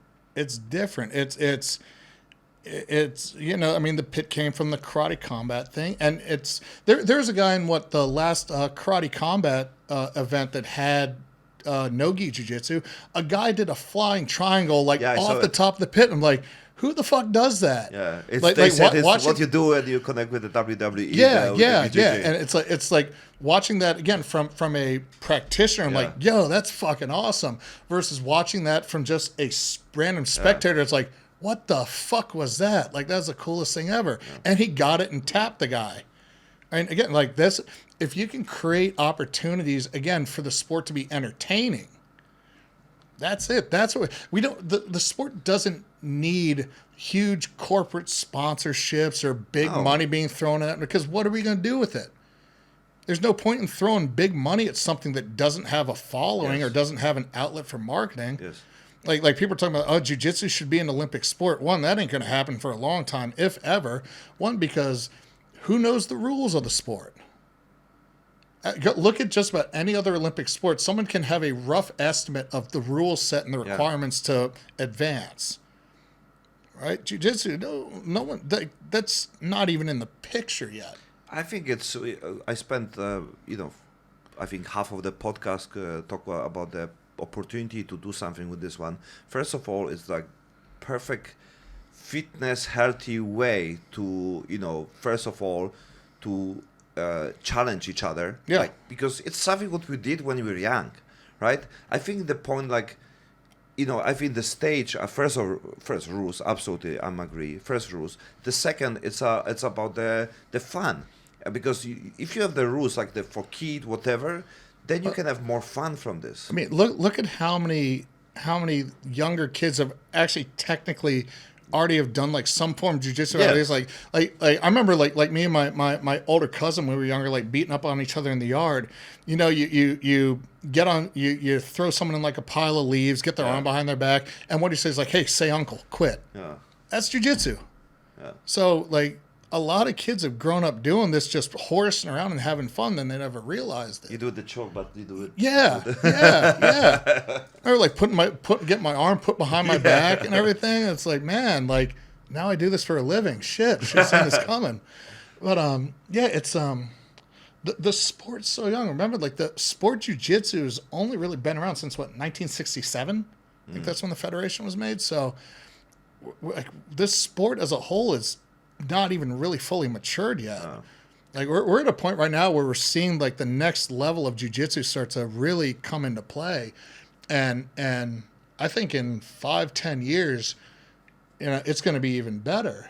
But they're whatever kind of like whichever organization or governing body, they just need to stop being selfish for a little bit and stop focusing on the one specific federation or organization growing and just making money versus giving some of that back and really getting the sport out to bigger outlets. Yeah, because we have exactly situation even on the CGI when we have Craig Jones who don't get money from. There was some sponsors on the event, but there was supporters who wanna see the entertainment game between the Gordon and the Craig Jones and everything. So they put the money, but I think amount of the money, what it's even like the people would put him on the sport like boxing and everything. Like if you put part of the money on this one, you can make a lot of fun as well. Oh my God, I get some idea, bro. Wait. I love the ideas, but you remember I told you about the kick, right? Yeah. When you have the sports and everything, what if we do the kick connect with the BJJ? Why not? I mean, because it's a lot, you have a more competition. I mean, the fights and everything, right? You have 5 minutes and everything. And it's basically super entertaining I believe for everyone, because even before when you watch UFC, like what the fuck is what they do on the ground, right? Yeah, like, But now is like we see more, and I think of course UFC is the big part when you understand like and sometimes it's very very entertaining, so they do it crazy shit. And things like that absolutely boost. Again, thank God for the UFC or jiu-jitsu were not like even have originally been presented in the U.S. Yeah. Like without that happening, it's back in the day. Like what a couple guys training out of a garage. How is that ever going to blow up other than word of mouth?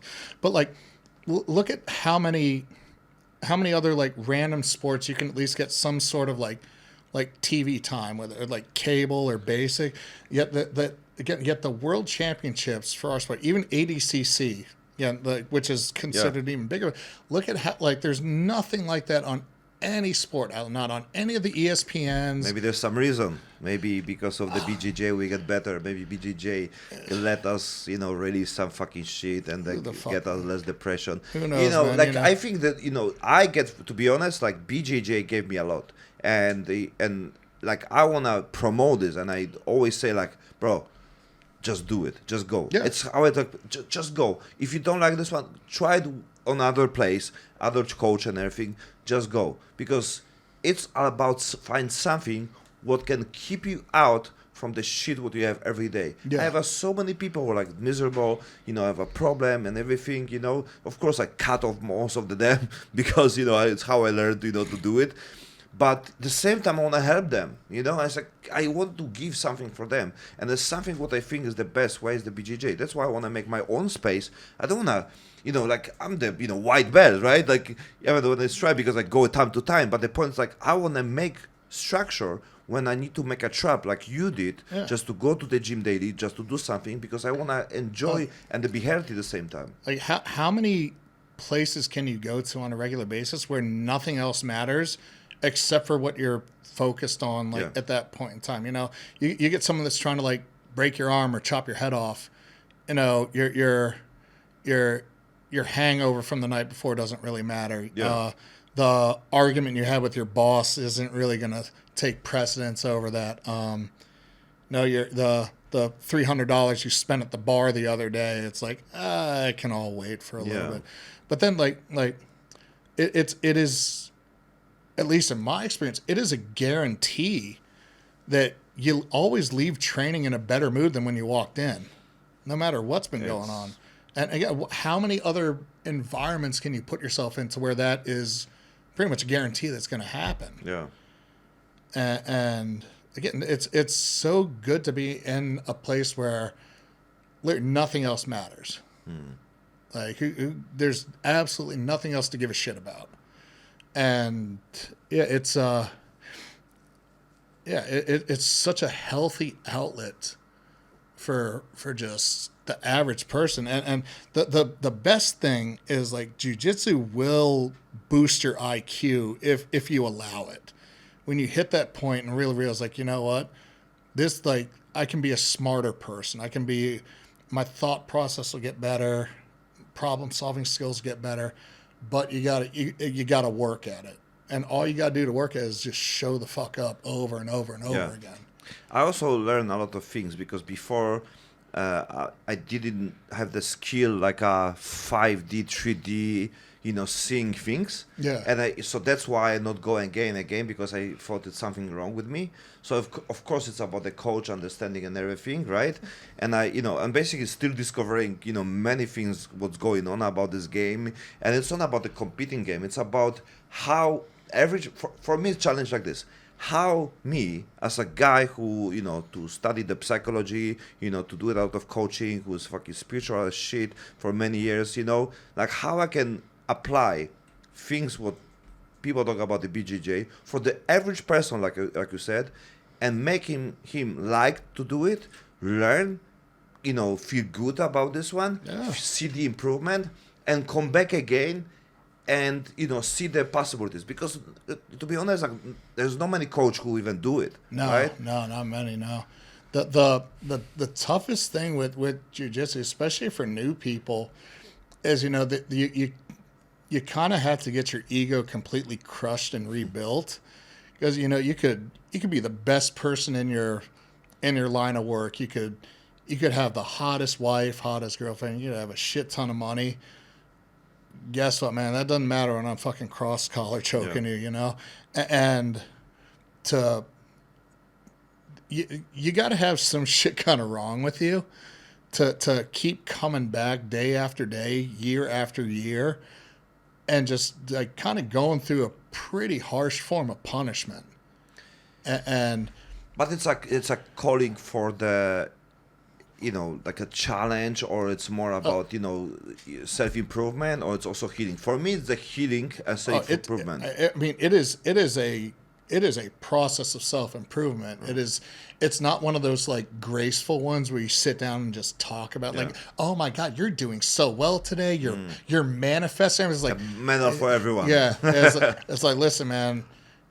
You're my boy. I like you. I'm gonna fuck you up until you become a better person, type thing. But it's already the place, when people come back and everything, they already quite know what they want to do, right? Oh, yeah. I'm talking about the people who have a low self-esteem, who have not come first time. I got my daughter last time to show her, and basically they do some show kind of with the taekwondo and everything. So she thought like it's like BJJ. I said, no, it's not BJJ. This is what we do BJJ. But everyone choked me up, and then. So I don't like it. So my vision, like how I can make it accessible for the people. How you make it accessible, Mr. Black Belt, Professor? Oh my God. No, it's really like, that's one of the things where you have to take the time to really invest and learn as much as you can about each individual person in the room in a short period of time. That's tough. That's tough, but like because first you hustle your life, it's your business, it's your money. Right. Sometimes you don't have the time to even focus. It's I even like if I'm teaching for someone or I'm working for someone, I don't think about the hours I put in on the clock or off the clock, how much I'm making and all that. My focus is on the people that are in front of me that like I'm in charge of helping. And on the real time when you're with them. Yeah, right? yeah, because that to me that's more precious than the paycheck. Yeah. But it's really kind of getting to learn kind of individual mannerisms, because you spend enough time around people, you can start to tell like, hey, who's in a good mood, who isn't, who's tired, who's not. This person's a little more cheerful today. There's something good must have happened. Hey, this person's a little down, what's bothering them. And that's when you can put the extra effort in. It's you see someone that's just not kind of on the same up and up as they normally are. It doesn't take more than just like, hey man, like, is everything all right? Like, how are you today? Is there everything good? And what, 9 times out of 10, like, no, I'm fine. It's like, okay, good. Let's train, let's have some fun. Then once practice is done, usually people hang out for a little bit. That's where you can you go aside with them, be like, hey man, here's what I noticed today. Again, I hope everything is all right. We don't have to talk about it right now, but if you need anything, my phone's on. Nice. That's it. Yeah. Again, man, but that's what you said. It's big shit, man. Dude, it's the big thing. That's the thing, and it doesn't take a lot to go out of your way to do that. Will someone message Lesson you? for every coach. I mean, black belt, brown belt. It's these are your people, right? If you got a team in front of you and you're a team leader, you always got to make sure your people are good.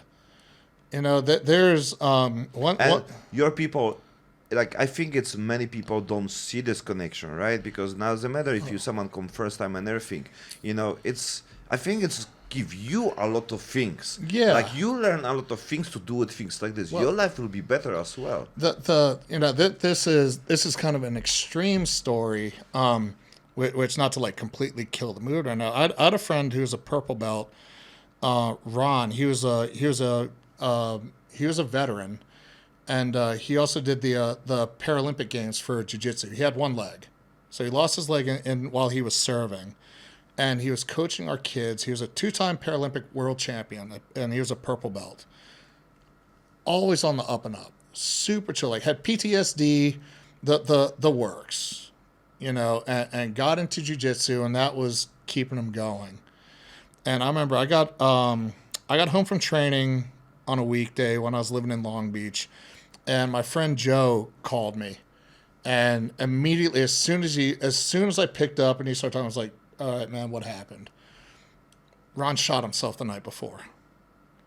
Again, just in a normal mood, no one could really tell anything was wrong, but but for some reason, like one of the guys at the gym was like, "Hey, you know what? He's in a good mood, but there's still something different." And no, like I don't know if there was guilt involved or anything after, but they're like, "Oh man, like we should have talked to him. There's something we should have done.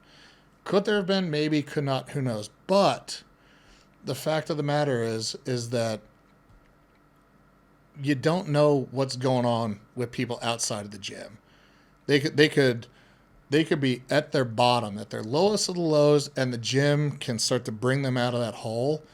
And if you can just say that one little extra thing, give them that one little extra slap bump, give them a hug, joke around, try to make them laugh, just again, go that little extra, who knows what benefit you can bring to them. Now, even like I had students like that, there were days I would work them, especially if they were competitors. Now, I would put it on them, and I would do my best after every training session. I would go home, I would eat, I would relax, and before I would go to sleep, I'd always text them, especially the ones I work with, and be like, "Hey, you know what? Hope you're good. Like, yeah, I know I worked you today, but here's why." And no, it's not because I don't like you. It's because this is what I expect from you. There's a reason for all this. It's not to put you down, not to make you feel low, but this is part of your process. So, good job. Like every training session, everyone at the bare minimum should be saying like, "Hey man, you did good today. If you get your ass beat, if you beat everyone's ass, it doesn't matter. Everyone did good." Because in the end, we're all there to help each other. Everyone's on a different level. Everyone has a different process for themselves. But you showed up, you put the work in, you spent the time, you were there with everybody from beginning to end, or as long as you could be there. So you contributed. So good. Like, thank you. And yeah, it doesn't seem like much to say that, but you never know. Yeah. You never know. So it's it seems like such a little thing, but you never. Man, the fist bump, I mean how you call this? Yep. How you call this? You said so slap and the bump. Slap and bump. So these things when I start doing when they do, it's like it's like a nice respect. Yeah. Also in the Thai, they also do this one, right? It's the same thing. It's small things, but it's mean a lot. Yeah. It's like a connection. It's like respect, and even it's you're okay. Like damn, like I feel so good about this one, like especially when I take care of someone take care of me. Yeah. It's like whoa, how many people have this one in real life? It was crazy. Sometimes like never. Everyone in jiu-jitsu I train with in the East Coast, we'd all slap bump even when we're out in public. I go to Southern California, people that don't even train do that. Like it's like that's how laid back it is. It's just one of those like chilled things. And it's like you do that with a complete stranger. It's like, fuck, man, that's on the level. I like this. Yeah. It makes you feel good. And is it anything extra out of the ordinary? Yeah. No. It's a casual like, "Hey, what's going on, man? How are you?" Yeah. And again, it's the little things make such a difference. Yeah. It really does. And that's the biggest thing I always keep in the back of my head. Like people that are in jiu-jitsu for the long haul, they got something in the back of their head that's bugging them. So let's make sure that that's being handled every time they're in the room. Yeah. If I don't see guys that don't train for like more than 2 or 3 days, I message them like, "Yo, where the fuck are you, man? Mm-hmm. Like, what's up, man? Come on, let's roll." I'm going back to the U.S. in April for a couple weeks, and I'm already hitting people up like, "Hey, yo, here are the dates, man. Get ready. Yeah. Get ready. Let's go. Let's fucking get after it." It's like put you on the routine, and they try to like push more, and even saying and everything. Sometimes because people are afraid that awkward, how it looks like and everything. But it must be like this. It's like a talking with the girl. Like people are now, nowadays, like, I connect also with the, talking with the even not the girl on the fuck you online, right? And you need to learn the skills. Yeah. You need to basically push yourself. You need to push yourself to ask like, "Hey, how are you? You good?" Because it's like quite not normal that and people think it's awkward. You need to get used to the awkward thing. Yeah. Because it's not. Everything with jiu-jitsu is awkward and uncomfortable. Yeah. I mean, dude, we're fucking rolling around on the ground, hugging each other for 5 minutes plus at a time. Yeah, with the fucking balls on the face many times, Fucking sweating in my eyes and shit, man. You think I like that? Yeah, I saw the sweat like a fucking people's face and like my drops going like, And like sub them, you know. So. Yeah, I got one of my guys who's like, this fucking guy Josh is like developing like some of the best frames in the world, and he's like figuring out exactly like where to put them, and it's like, yo, this like really fucking hurts right now, and I'm like, seriously, like, stop learning. Like, this is like, you're making me uncomfortable, and I'm supposed to be beating your ass right now. Again, if it's if you're comfortable, you're not doing it right, or jiu-jitsu, or you're going with someone that's like completely not on your level. Yeah. It's the learning process for everything, and I think if you take the BJJ things, if you do it this correct, or like, you know, with a good coach and everything, it's so much things when you connect with the business in life and relationship. And that's exactly it. It is a process, just like life. Life is a process. Yeah. It's not a journey. It's not a pilgrimage or some shit. Look, to be successful, to really be proficient at jiu-jitsu, to have a successful, proficient life, it is a process. There's room for error in a process, but there is a specific path to follow. You deviate from that path and you get lost. Oh, buddy, you're fucked. But if you fucking make a mistake, you take a wrong turn, but you ride it back out, get back on track, and you're back in your original pathway to complete the process. Hey, no problem. And just because it's a process doesn't mean it's going to be strictly linear. Yeah.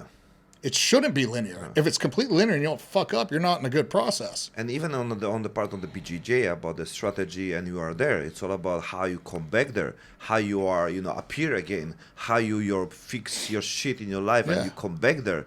That's the thing to disconnect, you know. And the big thing, you know, kind of going back to like teaching, that what confuses me the most is like when I meet, and this is very rare, especially in the group of people I came up with, is like guys that don't like to help out the new people. Yeah, they don't want the black, even not black, even though still white, they don't want to, you know, compete or like you spar with other white because they're afraid they are not the. First of all, you know, they are afraid, you know, they are more, you know, they are more dangerous to get, you know, to get them, you know, on the jury and everything. But the point is like, if you're already on even 2, 3, 5 months, right, whatever, you can talk to this person. You're as much as I make fun of white belts, which is on a daily basis. Thank you so much. Not real humans, by the way. No, they really are the most valuable people in the gym, because they're the future of the academy. They're the future of the sport, and you know, the more white belts that leave a gym, and trust me, there are a lot. Like statistically speaking, it's like 70 to 80% of white belts quit in their first month. That's a lot. Again, from 70, 80? Yeah, 70, 80%. Yeah. I always say about the podcast, right? Do you know that 21 podcast, if I make more than 21, which I made already, I'm on the top 1% podcast on the world. Yeah. Most of people gave up. That's what, you know, like people don't understand. Like, you know, going the next part. There is nothing guaranteed or given in jiu-jitsu. Like you earn your blue belt, that's one thing.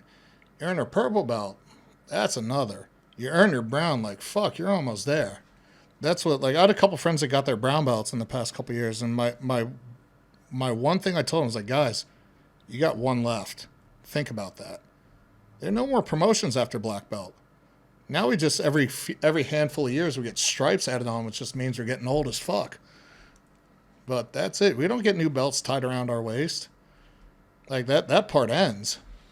It's a game, right? It's basically a game what you can, you know, play, and at the same time, you know, in life you need to find a way to compete, or find a way when you can be, you know, like if you don't have the self, you know, confidence and they feel good with yourself, and you don't have people around you telling you are good, you need to find a place like this. And there are plenty of gyms out there that are like that. They're just so, like lack of a better term, toxic, but there's just no positive reinforcement. Again, for the average person, again, competitors are such a small fraction of people that are in the art. And you can treat competitors one way, but the average person that comes in there, you know, that's, you know, a parent of like 1.5, 2 kids, has a mortgage to pay, bills, has a lawn to fucking take care of. You can't come in there every day and be like, hey man, you're fucking up all the time, or why are you doing this technique the wrong way? Why don't you fucking pay attention? You can't do that. I mean, maybe to like some degree, depending on their personality, like, but pay taxes for me. yeah, it's like yo, they're not only are they spending the time, they're spending the money to be in here again to better themselves. Yeah. So, you got to treat people accordingly to their reasons for being in there. Me coming in there, I remember I fucked up in a tournament. I lost to a guy that I should have beat. And by close, I'm talking by like either referee's decision, advantage, something crazy. And I knew I fucked up, right, like coming off the mat, I was like, man, I'm about to get an earful. My coach came up to me and he said, hey, guess what? You just didn't want to win that match, did you? And I looked at him and was like, nope. He was like, good. You manned up and said it and then just walked away. Can you do that with everybody? Absolutely not. But again, that was our relationship. Yeah. Like, he knew what to say to me, how to say it, and that was it. Then left it at that. There was nothing else that needed to be said out of that. You can't do this. Even with your competitors, you got to know what triggers them. Yeah. You got to know what's going to get the right response. You got to know what's going to motivate them versus rather than dropping into a hole and feeling like shit. Yeah. And same thing with the average person. Again, you're going to need to give a lot more positive reinforcement sometimes. Joke around with them more. Again, make sure they're entertained. Make sure they're happy to be there. There's some situations where you can kind of mix the two, but it can be a completely different approach. That's why, like, some of the best gyms, they'll have the everyday coaches for the everyday people and have competition-specific coaches, whatever. I mean, I remember I was even Yamasaki gym, we had guys that didn't compete that would beat the shit out of our competitors, but they were just like, yeah, we just don't feel like competing. Like we got families, we got bills to pay. Yeah, because it's not their goal. I got a job where if I get hurt, I'm not gonna be able to work. Yeah. But yeah, it's a management position. Instead of maybe dictating specific work tasks or anything, you got to manage personalities. Yeah. But it's a really coaching is, for me, is such an enjoyable thing. You get to learn more about people rather than learning new techniques or learning how to compete harder. And I still get to share like what little I know about this fucking crazy art. Yeah, but it's still beginning, right? We have. Oh man, that's the best part. There's so many outlets in this where the process never ends. Yeah, but it's a lot of fun with this. Oh, absolutely. I wouldn't. Man, don't get me wrong. There not at one point did I decide to get involved with jiu-jitsu full time and think I'm gonna make a shit ton of money. Do I expect to go home and fucking wipe my ass with $100 bills every night? No. But I have a comfortable living. And I get to sleep really well knowing that I just fucking do what I love to do every day. Yeah, that's some people say that the one who receive often eat well. Yeah. But the one who give, they always sleep good. It's one of those things. Shit. I've been teaching full time for. Yeah, you start very early, right? I was teaching beginner classes when I was a blue belt. And like same thing at purple belt, intro classes, beginner classes, but really like that was still being supervised. And I came up real strict. Even at brown belt when I was teaching some classes, I had a black belt watching everything that I did. And if I fucked up, I got corrected. So really kind of on my own teaching full time, we're talking maybe 3 or 4 years. Mm-hmm. But I've been going through my process of teaching for 12. And for me, it's been the best thing. And it's definitely created a little bit of bias, especially out here, because, it's common to see blue belts or purple belts that own gyms that don't have an on-site black belt watching everything they do. And it's like, it's different. Not good, not bad, just different. Yeah, because I always had someone literally looking over my shoulder being like, hey, man, nope.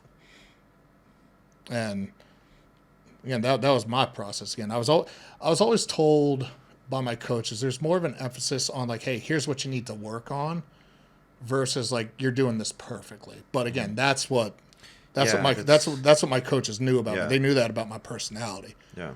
Even to this day, I know what I'm doing right. Like that, you don't need to tell me that. I want to know what I need to fix. I want to know how to improve. It's like chasing perfection. You know you're never going to get it, but you still want it. Yeah, but everything what you said, it's all about your individual things. It's how you decide to, to create these things. Yeah. They coach other people, right? You cannot say like, oh, but it's the rules or something. There's no rules, right? No. And there's no way, and everyone have a different, time and the purpose and the people and everything. Sometimes you can hear bad shit from the people, who you don't want to, connect, right? Yeah. And sometimes you have a great people, great things, great information, everything of the people who you want to be around, you just need to find your own way. Yeah, and that's why I think people should train with as many people as possible. Go as many schools they need to have that. They need to experience. You need to have your home. Absolutely, especially for like lower belts. You need your home base. You need someone that you can absolutely rely on to guide you through your process. Yeah, but still, you need to experience the other world. That's what I'm experiencing right now. Even I'm telling you, like from the beginning area here and even in Thailand and everything, right? I'm the loyal guy, right? So I go, I find my gym, right, and it's like super lovely Thai, family friendly, and amazing. I love them, when they support me on the competition and everything. Like was like I feel great, I feel like fucking like I found a home, like it's amazing feelings. So I don't want to, like for me, the going to the gym, even if they don't say anything about this one and it's only about me, like I feel like I betrayed them, it's like oh man, I'm cheating on my family right now. And I said I need to go even compete on under other gym, like oh I cannot, I'm the loyal dude, like I respect them and I love them and I want to do, and now I want to give them something for, like a pay back or something like this for this. So it's something what it's maybe many people don't see this, and I think, and if we have the podcast, like people should listen, other people. Yeah. I love people who do podcasts about this one, because there's so many different versions of the reality. And this is such like a two-way street, because what I've seen as far as like gyms and coaches and owners and students cross training, it's the biggest thing I've seen is insecurity in the gym, whether it be from like a personal standpoint from the head coach or the owner, or some sort of business insecurity that they think if their students go out the door and somewhere else, they're not going to come back. Versus like when I especially in Bangkok when I was teaching up there, I mean I don't give a flying fuck what those owners said just about anything, but I told my guys, listen, you guys want to go somewhere and do a drop in another gym, like it's too late to get here, or you got a friend that wants to, or maybe you just want to go train with other people, that's fine. But guys, just do me a favor. Just, the door's always open here. Just come home. Yeah. Come home. And that was the only downside with like one or two of the gyms I was at. We weren't allowed to cross train, like even with like affiliates. Wow. Like if coach found out we were cross train, we would get a fucking earful. And there's gyms like here. There's gyms in here. Like a hooligans, right? Like if you go to the different street, like man, it's a couple things. It's like in Pattaya also, in Pattaya in general also, yeah. Fuck. Yeah. Oh, I'll be going everywhere around. Dude, like one, I'm a fucking adult. I can do whatever the fuck I want. Like you ain't my parent, you ain't my guardian. Yeah, but if you're already here, right? If you can speak about this one, and I think it's the big word, because I think the people should also the one who take over this one, and I understand this on many business. The one who are afraid this, it means you need to improve yourself. Second, you always need to understand there's no competitors, there's no challenge. We do it with a bigger purpose, and if you let go people come in, and it will be always good for you. The best example I gave someone was like, listen, what's the difference between McDonald's and Burger King? They make food difference. What's the difference? One's mascot is a clown, one is a king. That's it. That's all you work with. Yeah. They sell the same shit. They sell French fries. They sell fucking burgers.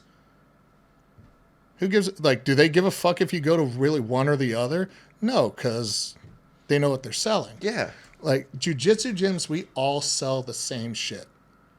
Like gyms that are like, oh, you can't go because like we have our secret techniques here. Like there's one gym my boy Who said it? there's one gym. Oh, was that like that was the reason. I was like, oh, like we don't want to know other people like how we train here. And my boy was like, motherfucker, we train fucking half guard. That's our specialty. We're a half guard gym. You think no other fucking gym teaches half guard here? Get the fuck out of here. And he ended up leaving the place. And when an instructor has to like impose like an overlord, like dictator mentality, like bro, one, it's only jiu-jitsu. Two, I'm paying to be here. Like your livelihood as a business owner is dependent on me coming back. I can stop that whenever I want. So you always have to respect but that. they don't understand. Like the same, like in the US, they don't understand. We are the taxpayers and we pay them, right? Yeah. To the work. But they don't see this. It's like I've had students that are like, we like it here. It's far to get to. Don't know if we can come here on the regular basis. The training is good, but it is a challenge to get here. And my response was like, okay, well, where can we find something to where you can still train and be happy? Is there somewhere closer? Let's talk about this. Because, again, in my end, it's much worse for someone to quit jiu-jitsu overall rather than for them to change gyms because it is some sort of inconvenience. Yeah. Versus if like someone comes to me and says, oh, you're a shit coach, I don't want to train with you. I'm like, oh man, I suck. Yeah, you should probably leave. But if we can come to like some sort of compromise, like, hey, you know what? If you can come here X amount of days and go to this other gym X amount of days, buddy, go for it. But make sure you're hitting your personal minimum for training. I don't give up. Like the majority of gyms where I cross train in Bangkok, everyone's friends with everybody. Yeah. I don't go to a gym where people don't like each other or I don't like someone there. Yeah, that's the basic for me. If there's a gym that like have like, and there's plenty of them in Bangkok that have like habitual shit talkers or fucking pussies that think that they're better than other people, or they talk a lot of shit but they don't compete, or if they compete and they talk shit and they don't win, like bro, fuck you. Like you are not on my level. It's again, training should be around people that are like-minded. They should be happy. They want to enjoy. Again, they want to help you, and they want to like build everybody up. They don't want to be. You don't want to be around people that are like happy to see you, and then as soon as you turn, it's like, yo, this fucking guy here. Yeah, that's why people later have the decision to come back or not, even though the first time, Yeah, well, that's the part. You go to enough gyms. And you can kind of start to see like what tactics they use to get new people in the door, and then what do they do to like keep them there? Like, do they sell them a bunch of like false senses of security and bullshit, and like the whole like, oh, we're a family type thing, but then they treat you like shit? Or do you see people that actually invest time and effort into every single person in the room? The biggest thing is like watch like the coaches coach. They show a technique and they like sit in the corner, play on their phone, or they're not engaged. They're like, oh, everyone's doing great, yeah. Or they walk around actually like talking with everybody. I remember I went to a seminar. It was a Shanji Hibero seminar, and this was during COVID, so it was an underground spot. And even during this, we still had like 30 people there, and Shanji, in the beginning, middle, and end, walked by every single person and shook all their hands and said, "Hey, thanks for coming," especially during these tough times. Like, yeah, that's some real shit. Yeah. Again, I've been to seminars where there's like 50 people that are like, "Okay, I'm here. Hey, let's train. Okay, bye, everybody. See you later." Yeah. It's even like. Yeah, it was still fun, great experience, but they're like that little extra. Man, I go to my gym when I come back like fucking after like 2-3 weeks and like. Mario! Yeah. Everyone like, Mario, whoa! Yeah. Maybe I don't, because I don't come so much. So. No, it's same thing. Like if someone like doesn't show up for training, even my coach, like if I miss like a couple days, I'll come in and he's like, oh God, I thought you were in jail. I'm like really, man? Like, no, but that's why also, like you said about open gym and everything. It's not about I want to open gym. I want to just have my space when I can train in the morning, because I cannot open, I don't want to invite anybody. Of course, I want to have someone. I talk with the Nick. Maybe now I talk with you, man. Yeah, it will be great, because like for me, it's just about to spend time and also be healthy. And to be honest, I know there's many people, when you just show the perspective like you show. There's so many people who are open gate, open mind, and the possibilities to train, to come here. You would be amazed at a couple gyms that I've seen where it's been the exact same mentality. Like, guys trained under certain people and just, for whatever reason, like, you know what, this isn't what I thought it'd be, or hey, you know what, I need something different, whatever the case may be. And they go off, they do their own thing, they open up their own spot, and the base is simply like, you know what, I want to train with a couple guys where we just have the same mindset. Yeah, that's what they want. And you would be amazed at how fast gyms like that have the potential to grow. Oh, okay. I don't think about this as a business thing. But I think about for my health and my people and my community. That's what makes a lot of these places work. Gyms, again, it is jiu-jitsu. There's not a shit ton of money to be. You can make a good living off of it, but again, like look at some even like the richest guys in jiu-jitsu that have gyms. They're making money off of more of seminars, off of content and all that. And the BJJ is the big part. Yeah. But the gyms itself that are big. What is it? The bigger the space you're in, what does that mean? The more students you need in there to afford it. You're not going to make a ton of money off of it, and you're going to be comfortable, but it's to think that you're going to live a lavish, like Playboy lifestyle or whatever. That's probably not a realistic mentality to have. So you want to tell me I will make a proper gym and we'll be creating top guys who winning the $1 million on the CGI? If you're lucky, maybe be able to afford 1 or 2 ladyboys a week, but there will be other part when we get the ladyboys fighting on the CGI Thai version of the kick streaming, and then we get popularity of the I really hope if Craig Jones is listening to this, and there isn't some sort of like international jiu-jitsu ladyboy challenge in CGI 2, I'm gonna be. You're gonna be ladyboy. Not only am I going to be heartbroken, but I might find some way to enter this myself. We'll figure it out. We don't have we are living the place when it's like top ladyboys. Yeah, we'll make some phone calls. We'll see what we can do about this. Yeah, I think Nick will be really want to compete. Like I mean I would put money on him. If he enters 69th position, he'll be the best. I mean he would be such a handsome woman. Yeah. Yeah. Well, he is, but that's why he always wear the cap, because he was so fucking amazing hair when he don't want to show to other people. I would bet on him. I would bet a lot of money on him. He will do $1 million on the crowned price. Yeah. The side bets would be through the roof. We need to make break. Yes. Okay, now it's we talk a lot of bullshit, not much true about this guy. Now he changed the T-shirt, he changed the personality. He wanna be the white guy now. I mean, a clear guy. I am from the U.S. and apparently it is better if you're white from there these days, but different story. You mean about the election? I fucking don't know what's going on with this, No one knows what the fuck is going on with this. So what do you think what's going on, man, about the reality? I think the place should just be set on fire and they should start over. Yeah, but what about our life, your life, what you can do, and how you can live with this? Because it's matter what's going on, or you just need to fucking do your shit. Because it doesn't matter who win the election, you need to do your shit. I mean, in the long run, yeah, just make sure you're doing your shit, everything's right with you, your family's safe and all that. But again, if you're like, I'm Hispanic American, a lot of friends of mine Hispanic American, a lot of friends are mixed. Some of my homeboys are black from the hood, and the fact of the matter is that they all just got to watch their backs right now. Yeah.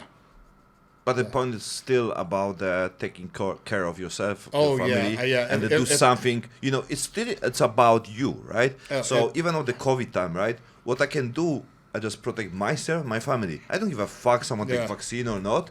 You know, like, but nobody tell me what to do. You know, that's why I'm getting stronger. That's why I'm, trying to be, connect with the people, but then not connect with the people what people say, like, oh, you have a connection. No, I want to be connect with the people who know what they do, who know what they are. We can help each other. We can hold our back, and we can basically be real to each other. And there's not many people like this. The in my opinion, the most unfortunate thing was that there was the dream that the U.S. could actually have a female president of color, and that country pissed that opportunity away for a convicted felon that is openly racist.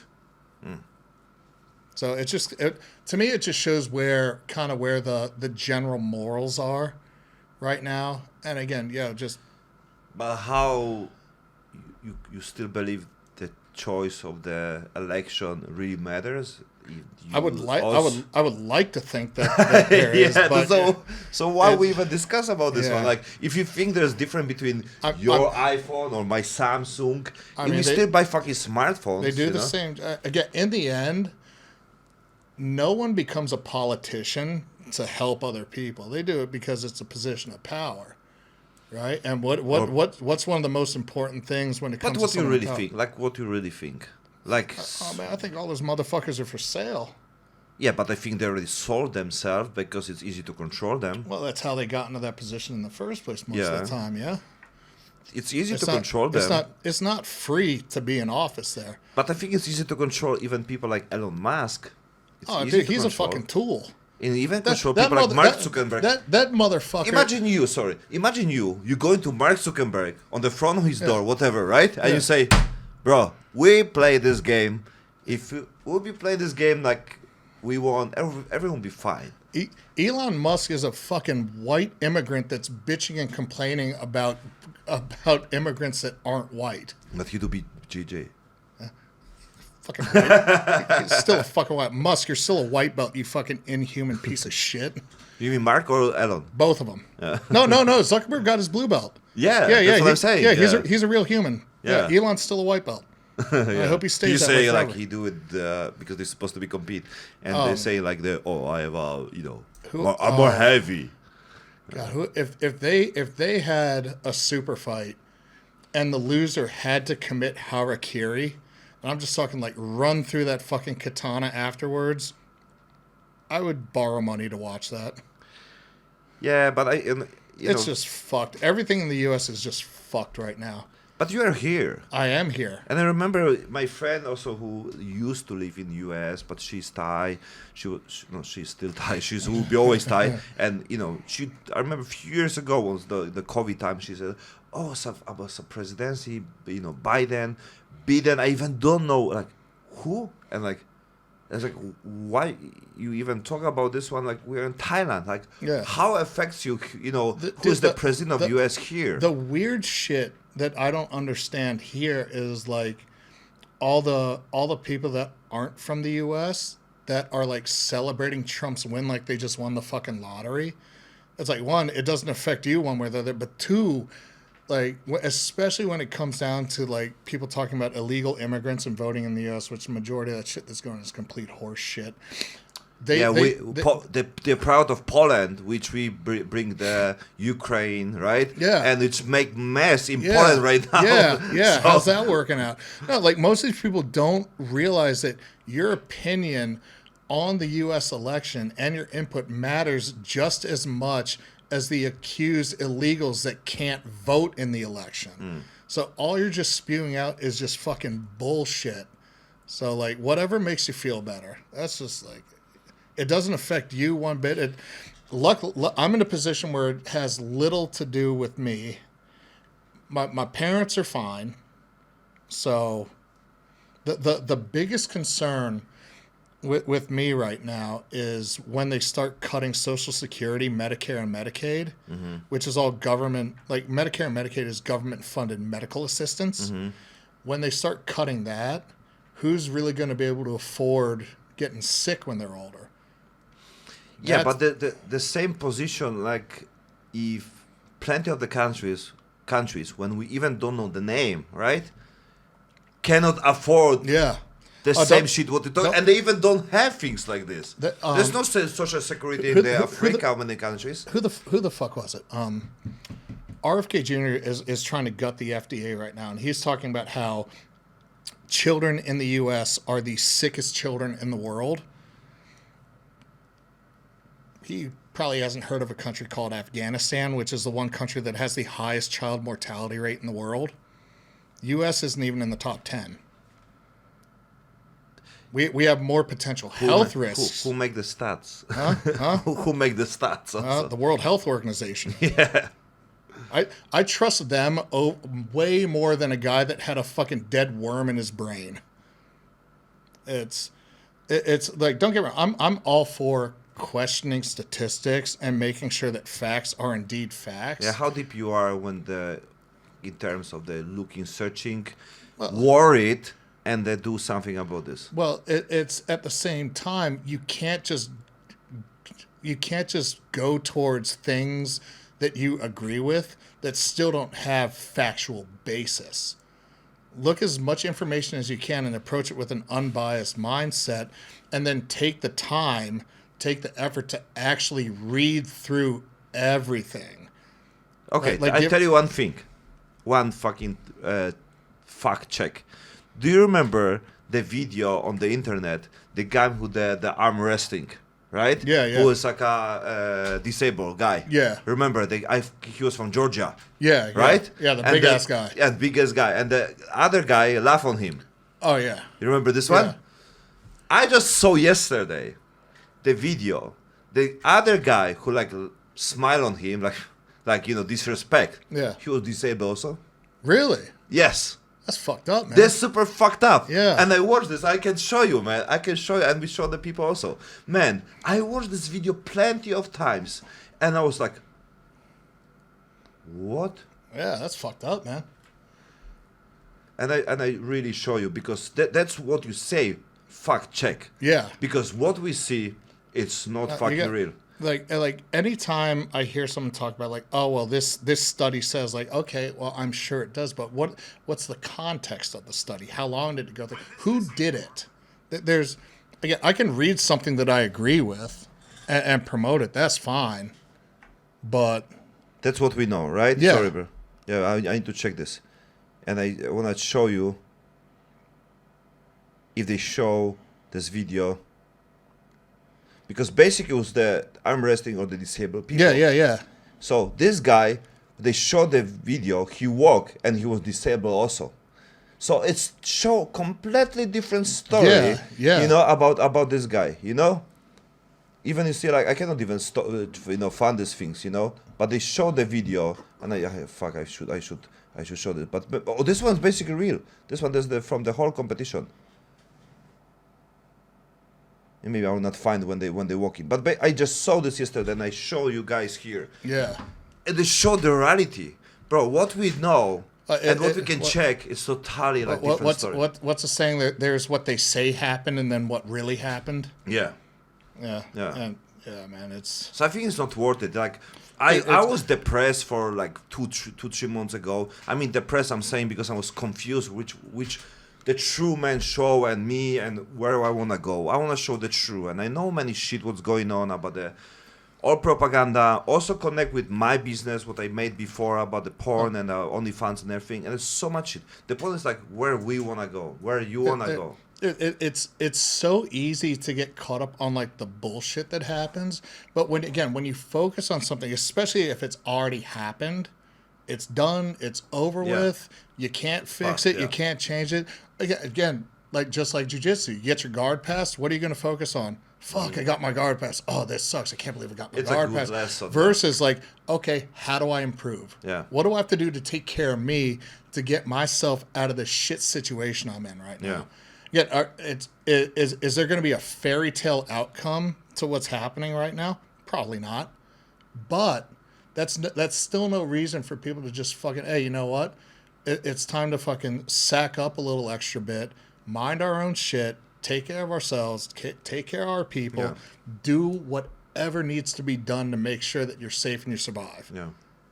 That's the emphasis. Do whatever the fuck you need to do. This is the one of the reason why you are in Thailand. Oh, fuck yeah. I talked with my because I'm going back to visit the U.S. in April next year. First question my parents asked me, they're like, so, How was your ladyboy girlfriend? that was a Just second thinking. question. Second question. Third one was, can we meet her? I said, Can well, we make her pregnant? Like so. yeah. I was like, well, you guys got to pay for the extra flight ticket. No, they're like, listen, like, so is there any chance you're gonna come back to the U.S. anytime soon? I was like, yeah, not in the next 4 years. Yeah. We'll let the dust settle and, you know, put the fire out, and then we'll see what happens. But again, I'm coming from a family where, you know, we're fortunate enough to where, are we going to really be deeply affected by whatever happens? Probably not. So, Yeah. you know, don't get me wrong. That doesn't mean I have empathy for people that are going to be fucked over by this, because there's going to be a lot of them. But It still show more like we should take care of ourselves, and it's not about being egoist. It's No. about it is and selfish. the- It's about taking care of your own shit and your family and the people around you. ain't nobody going to fucking take care of your ass better than yourself in the long run. Especially government. Yeah. you know, Oh like, man, yeah. the dumbest thing is when people put faith in the fucking government. Man, they don't give a fuck. That's what you say. You know, before, like you learn from your mistakes for many years and everything, right? The funny thing, especially about living in DC, is some of the biggest restaurants down there are all where like Washington. Yeah. Washington, Yeah. We call it the dirty from diamond. Poland, by the way. The dirty diamond. If you're from that area. Dirty Diamond. Why? Yeah, because it's shaped like a diamond. The logo or what? Yeah. Or the The city itself, it's diamond shaped. what's Dirty Diamond? Yeah, the dirty Like diamond. the blood diamond. Possibly. We are sponsored by soju. Unofficially sponsored. Did you know that soju is the most drinkable alcohol on the world? Like the top sales on the world? Really? Because they drink more, you know, morning, lunch, dinner. Actually the Gino is the number one on the world. Higher than vodka, higher than just... That's the shape of Washington, D.C. Oh, okay. It's nice. Fair. Yeah. Okay. That one, whichever one. Yeah, like we have a three camera. You want to put to the TV? So nice little shape of Yeah. the city right there. So it actually is, again, diamond shaped. You show basically to this camera. Yeah. Like, yeah, okay. But no, Don't worry, my editor put everything together. yeah. So the especially like where I live was like maybe 10, 15 minutes from downtown where Capitol Hill is. So a lot of the restaurants there where, you know, politicians, lobbyists, lawyers, they always meet, and that's where shit gets done. And I had a friend that was let's just say he was a late night entrepreneur, salesman of sorts to these individuals. Swords? He was their coke dealer. Okay. Swords? Yeah, and Because I know the guy who's doing something with the swords. no, dude, I would hear so many stories. I'd see like lobbyists pretty much selling their pitch, you know, 8:30, 9 p.m. on a Thursday, Friday night, over, you know, a nice steak and seafood dinner, a couple bottles of wine, glasses of scotch, a couple bags of blow, and a couple hookers later, and, you know, next thing you know, legislation's getting passed. Yeah, that's how it works. Many people. There's another restaurant. So cheers and... There's another restaurant. It's called Johnny's on the Half Shell. It's from the Jägermeister. Perfect. Where this one restaurant had really good seafood, but this was like the restaurant where there would be congressional fundraisers, because each congressperson has a minimum amount of money they need to raise while they're in office. So From sponsor? huh? From like From companies? from the people. Oh. They're literally, they would have to leave their office, because you can't do fundraising on Capitol grounds. It's illegal. So they'd have to leave Capitol grounds, go to like a satellite office, and just like any other like telecom salesman, sit down with a book of names and just go down that list, call people, hey, I'm so-and-so, I'm in office. We saw that you donated this much last year, or you're a new donor. How much are you willing to give me? Money. Yeah. That's all it is in the end, money. There's nothing more to it. You think there's a bigger, deeper meaning. It's like, nah, man. Nah, it's like any other gig. They're in it to make money. So, fuck politics. Yeah, I mean, it's all about like awareness. Like if you know already how it works, then you need to do something. What it's doesn't matter for you. Like we were talking before. Like if you know how the system works, you know how to play the game. You know how to play the game. You know how to survive easier. So again, just do what you got to do. But people know about the diet. People know about the fucking workout. People know about the many things, and they don't follow this. No, it's because what do they really want in the end? What gives someone, especially in a city like DC, money is status.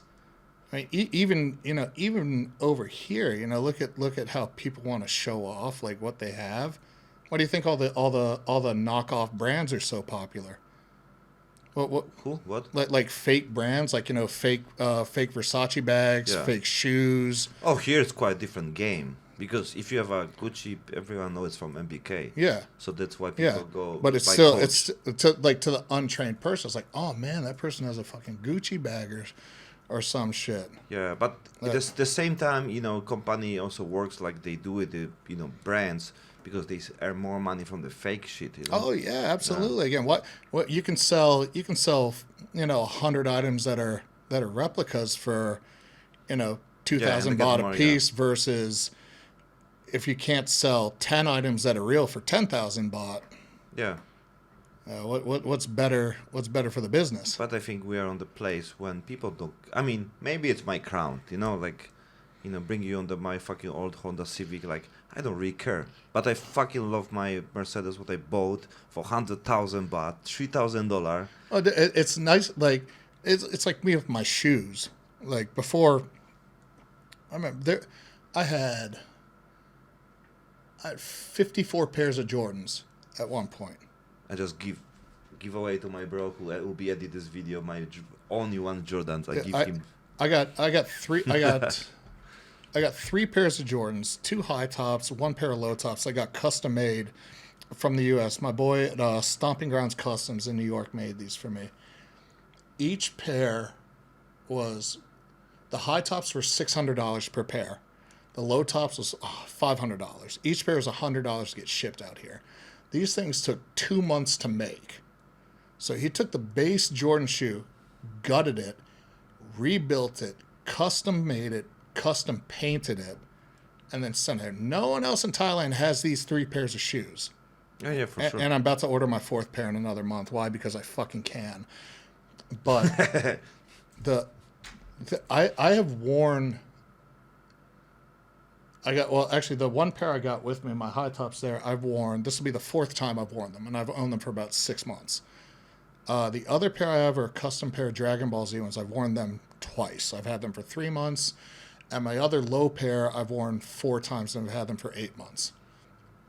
I like having them.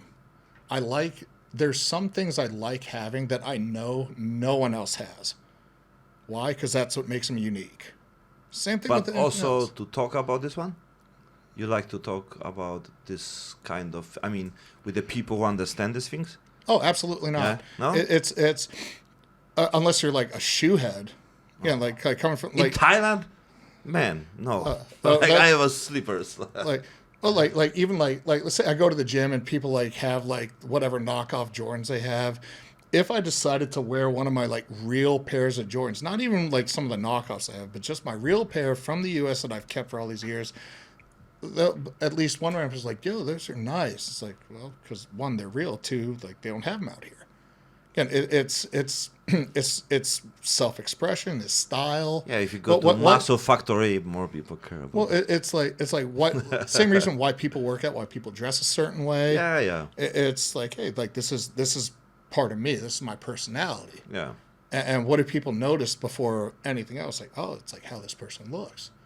Like, oh, those look good. Those are different. Or like, oh man, that looks like shit. Fuck this guy. Yeah. So it's the icebreaker. Yeah.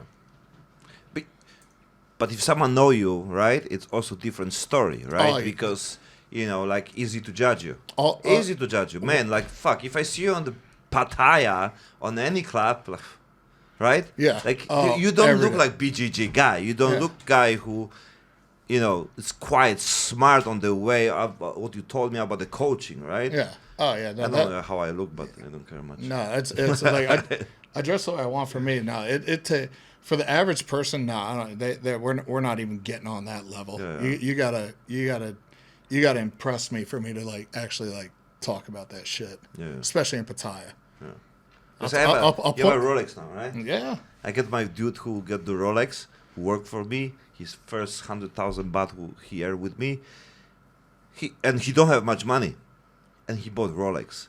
And I think it's quite stupid, to be honest, right? Oh, it's expensive watches, in my opinion, are one of the biggest But wastes of money. if you don't have much money and the first money you earn, you buy a Rolex. Yeah. And if you don't have any idea what you do with this, for example, like promote yourself, maybe go some meeting and everything when you need to be on some level to later have some deal and everything. Yeah, like even bought the Mercedes for many reasons. One, I always rent. I'm a fan of renting because even the places, right? Because I don't know what can happen future. Right. We know the COVID, well, right? Well, you have the option to change. To move Yeah, to because to be honest, I rent this place, and to live here, it's not supposed to be studio. And I sleep 3 days, and the neighbors come in and then make a music 1 a.m. because there's student place and everything. 1 a.m. I cannot sleep. I just make this place for very good sleep. yeah. And they start playing music. They cannot kick out them. There's no rules like after 10 something like this, right? Yeah. And like, fuck. So I have an option because I have some money. So I come back here. I move studio here and everything. So okay, I was just basically having just studio, and it was perfect choice. Basically, I love this place. You No, like this place? it's a nice setup, man. It's a fucking nice setup. It's simple. It's got pretty much everything you need. Yeah. I mean, it's no, not that simple. it could be worse. Yeah. No, like that is like the one thing I do actually love about Thailand is how easy it is to get like a nice place. You know how to much? live. No, how much? 8,500 baht. It might 200. the room I have in my gym is probably about the size of this room I here. have a fireplace. Can you imagine? Dude, like my room at my gym is about this size. It's 10,000 everything included, and That's crazy about Thailand, huh? yeah. But still, like this whole place in general is probably about the size of my condo that I own in Washington D.C. Which, what did I buy that thing for? I think I bought it for $265,000. No. Which I have to to good price also. No, what the fuck are you talking about? I'm talking about that's the 10 dollars, times bro. 260. Fuck. Okay. which is Yeah. about we're talking like over 8.5 million Yeah. baht, which is like the funny thing because So this is like 2 million baht. yeah. Which the funny thing there's some fucking dickhead in Bangkok I got into with who was like talking. He pretty much says like, "Oh, I have more money than you, like so I'm better than you." I'm like, "Listen, man, like one, you're talking to someone that moved to a different country." And that can afford to live there without having a high-paying job while you have to work for a living. Yeah. 2, if I sold every single thing that I still owned in the U.S., no. Yeah, but I think it's we don't want to have people around us like this. No, right? absolutely. If someone has the idea that your bank account is bigger than mine and that makes you a better person than me, you're a piece of shit. Yeah. You're a fucking piece of shit. Yeah. Especially if you can't fight better than me. Even about the fight, it's give you self-confidence, Well, it's such an odd thing to say to somebody. Yeah. He was bigger than you? No. So what? Dude, I know guys that have fucking... I know guys that have made 6 figures in dollars in a weekend. Fucking like selling drugs. Guys that have made $250,000 a weekend selling drugs. Does that mean they're a better person than someone else? Not at all. Not really. Does that mean they have a shit ton more money than I'll ever see in my lifetime? Oh, definitely. But the question of that is like, what are they going to do with that money when they're in prison?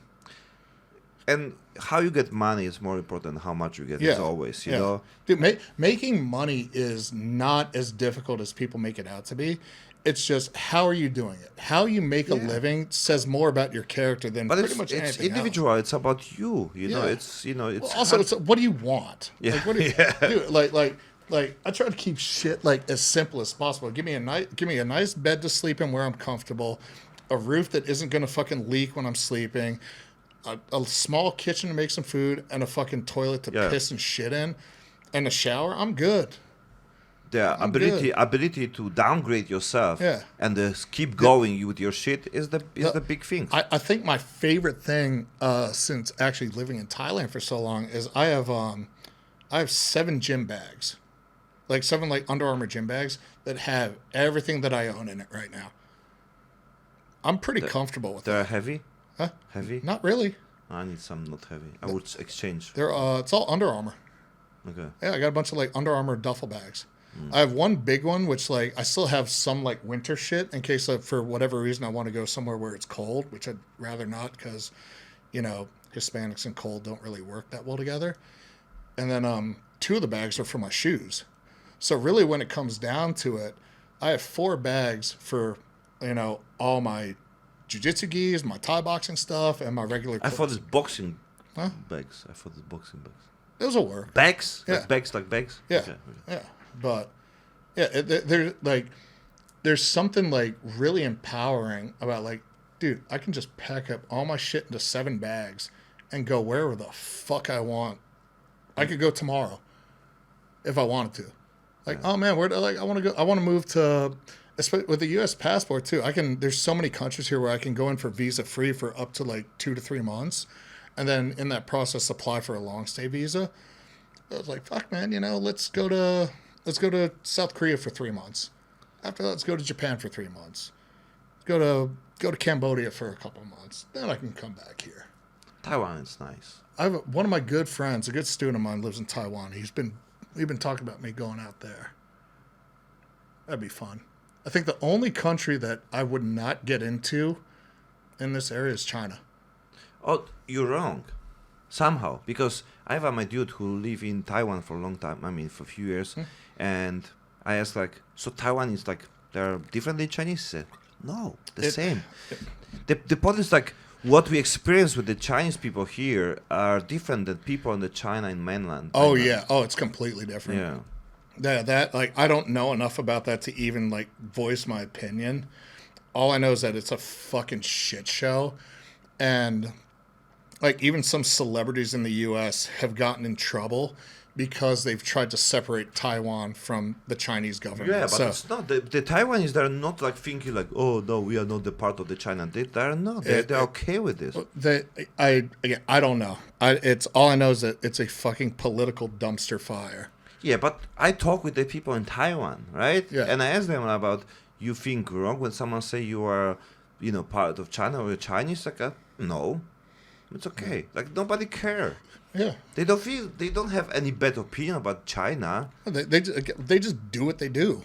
Yeah, but they don't have the crazy shit going on. Like, well, they're not going to cause like a shit show over it. I know if you try to tell China that Taiwan is separate, China's going to get pissed. Maybe, but Taiwan is there. They don't give a fuck. You know, they just they speak Chinese. They're Chinese. They're okay with this. Yeah, they're doing what they do, man. And it's also about the people. You know, like everyone living their own life, but they're quite close on the beginning. But when you just start talking to them, oh my god, they're super friendly, super nice, super. My friend Sean is one of the nicest people. He competed in Japan. Actually, he won his first world championships through the the ISJJF in Nagoya, Japan, and messaged me like before he competed. 2 months ago was Nagoya, Japan. My team was there. Yeah. He messaged me before, just going over his game plan. Messaged me after his no-gi match, which he won, and then I think he medaled in his gi divisions too. But like the kid, like because we did the Asian Open 2 years ago. At his first big tournament's purple belt, and he got his ass kicked. Sorry, Sean, but you got your ass kicked, buddy. Second, then we did it this year, and I believe he lost to the guy that won it or made the finals by referee's decision. There were no, or it was either referee's decision or like 2 points. It was a marginal match compared to everything else he had, but a completely different competitor. And still bummed they lost. Was like, dude, like you don't understand how much better you've gotten. And he also listened too, like the way they set up the coaching stands. I'm like far away from the mat, just screaming my fucking face up. But he still heard, he still looked, he still listened. Again, couldn't ask more from the kid. And then he does the ISJJF and wins a world title. So he's getting better. And like it's really all I told him was like, dude, you just needed the competition experience. You had the talent, you had the skill, you had the work ethic. Now you just need the confidence. Just go. Now he's getting the confidence, and it's going to show. Giving him his purple belt was such a happy moment because it was you can give the belts right now. Yeah. Oh yeah. And it's he's one of those guys. He really is a student of jiu-jitsu, but for him it's the whole package. He studies it, he applies it, but also he uses everything outside of the gym for it too. Like him and his wife just had a kid. It's across the board. He's just one of the nicest people I've ever met. Do you know Hall of Fame of the UFC, right? Yeah. You know Benny Darius. Benny Darius, yeah. Yeah. You know he's on the Hall of Fame. Really? Yeah. Wait, no shit. Yeah. But I just discovered yesterday because all the internet says like, how he get there? Yeah. And I realized basically there's different categories, different wings about the Hall of Fame. So basically he rises up some foundation or some support and helping others and everything, right? Yeah. That's why he's on another wing. That's why was many bullshit about him, like how he get on the Hall of Fame. Yeah. And there's many people around, who are just because they like mainly... Dustin Poirier also. Dustin Poirier not go only about his achievements. He go because of his the foundation what he helped the people with the in his place in his disease whatever. So there's many different wings when Hall of Fame give the. Because they mainly only promote like the fighters that get it, but yeah, like you're saying, there's many last time, like was Jose Aldo was Joanna Jędrzejczyk, the Polish fighter, and it was the Ben Darius was also like surprised. But then I found yesterday there's many different wings about this one. Yeah, that's good. That's great to hear. So it's it's good because I think it's a great thing when people be signed behind the. Only the accomplishment on the UFC, they do something, helping each other, helping people, making foundation, like Dustin Poirier and everything, right? Was crazy things with the oh my god with the Conor McGregor, right? Oh man, after all the shit talking, I'm so happy. Like he just, cause Dustin's a good person too, and whatever issues Conor is going through in his head is one thing. Yeah, what do you think about this one? It's just.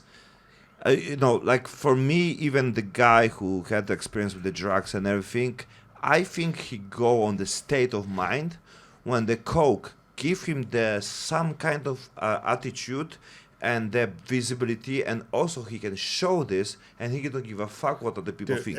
Because like there's no way many people can take and they go like up front and be like really on the hype. And they show like everyone know, right? But he don't care. Dude, and this is coming from someone that in my party days could easily have put Charlie Sheen to shame. That dude is doing so much fucking blow. Like where it's just he has no control over it. Mm. In my opinion, it's money was the worst thing that could have happened to that guy. Not success in fighting, but money was the worst thing because now he knows he can afford whatever he wants. He can afford the fucking blow. He can afford years before. So. He could afford the blow, but now he can afford better blow. but he can also afford the outcomes and the consequences of everything that he's doing.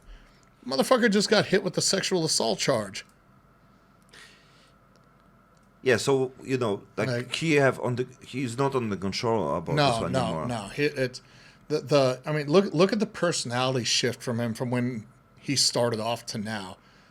He was my idol, This is the guy who not about the in general fight and everything, about his mindset. Yeah, he talked very deep things, man. He was the fucking poor kid, that was fighting for a paycheck while working for a paycheck. Had a strong woman by his side. Do you know the book, the movie, The Secret? Yeah. Right? Yeah. So even talk about this one. He read the book. He said he visualized. Even if he fight, he said visualize, Jose Aldo, right? Jose Aldo fight. He said, I see this sequence. I don't shy from this. And I do it what many people are afraid. Yeah. I'm not afraid if I believe on this.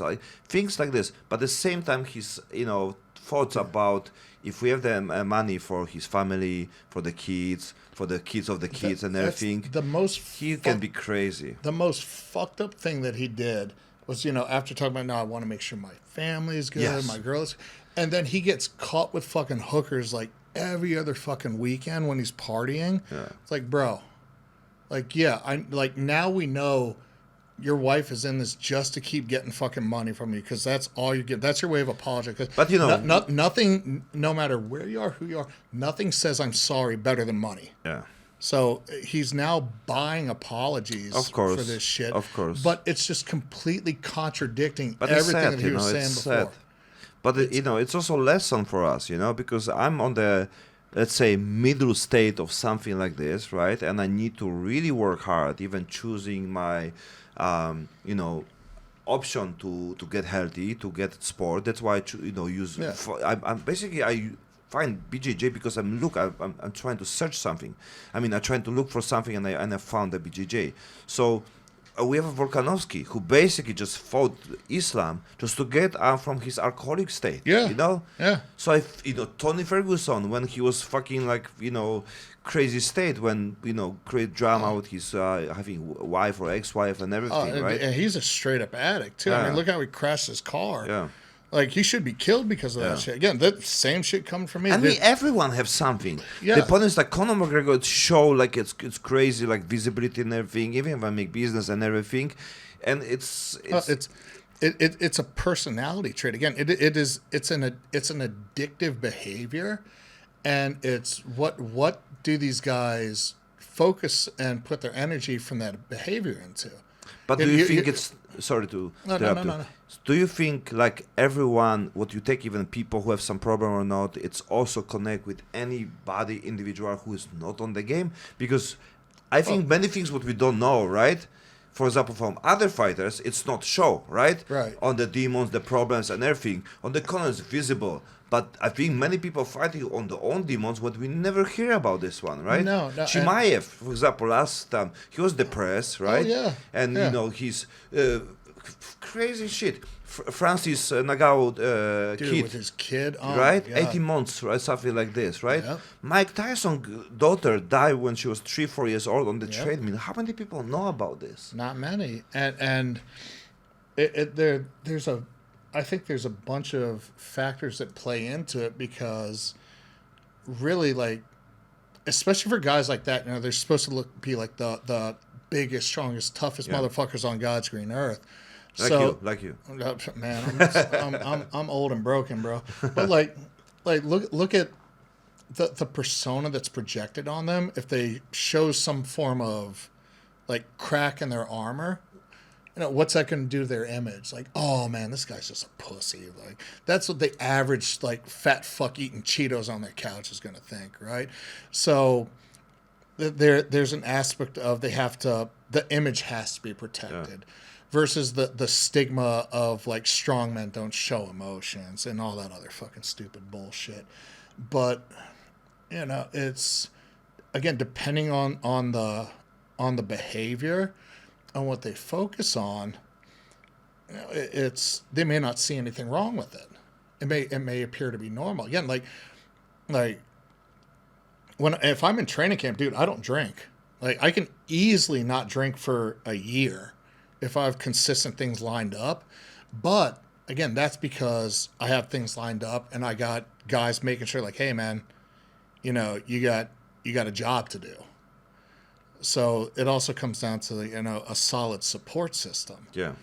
And It's which in the long run is the biggest thing. I mean, how do you think alcoholics stay sober?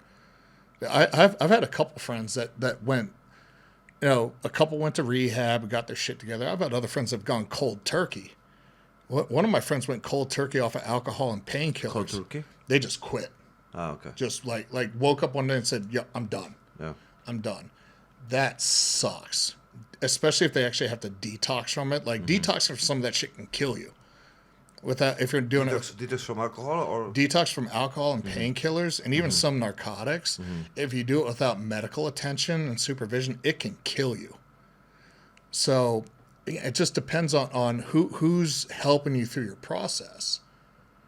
Yeah, my help is coaches and trainers like, hey, drunkie, get your shit together. You got to be a fighter now. You got to be an athlete now. You got to do something like that. Other guys, they just, they hit their bottom. Yeah. There has to be, for the average person, there has to be some dramatic event where they hit the lowest of the fucking low. Where it's like, if anything else happens, I'm probably going to die. Yes, but at the same time, if you don't have any alternatives when you can reach, like you, for example, like you prepare for the fight, because you told me today many stories like you fucked up and you come back, you try to go again to the regime for the workout and everything to come back to get to the shape and everything, right? Yeah. So basically you have some goal, but many people who even fucked up, and I have some people around me, and they don't have the option to hang out on something, and it's like, I will go this direction. They haven't hit their bottom, and that's the thing. The bottom is subjective. Ah. For the bottom I hit is actually but if you have people around you, right, you don't want to them be fucking almost dying. No, absolutely. But also look at what happens when some people have interventions and they get rejected. There are people that will have their entire family come look, you have a problem. You need to fix this. And they'll say, no, I don't. Fuck you all. You're all wrong. Yeah. Versus that happens to some other people holy shit, this is the moment of clarity.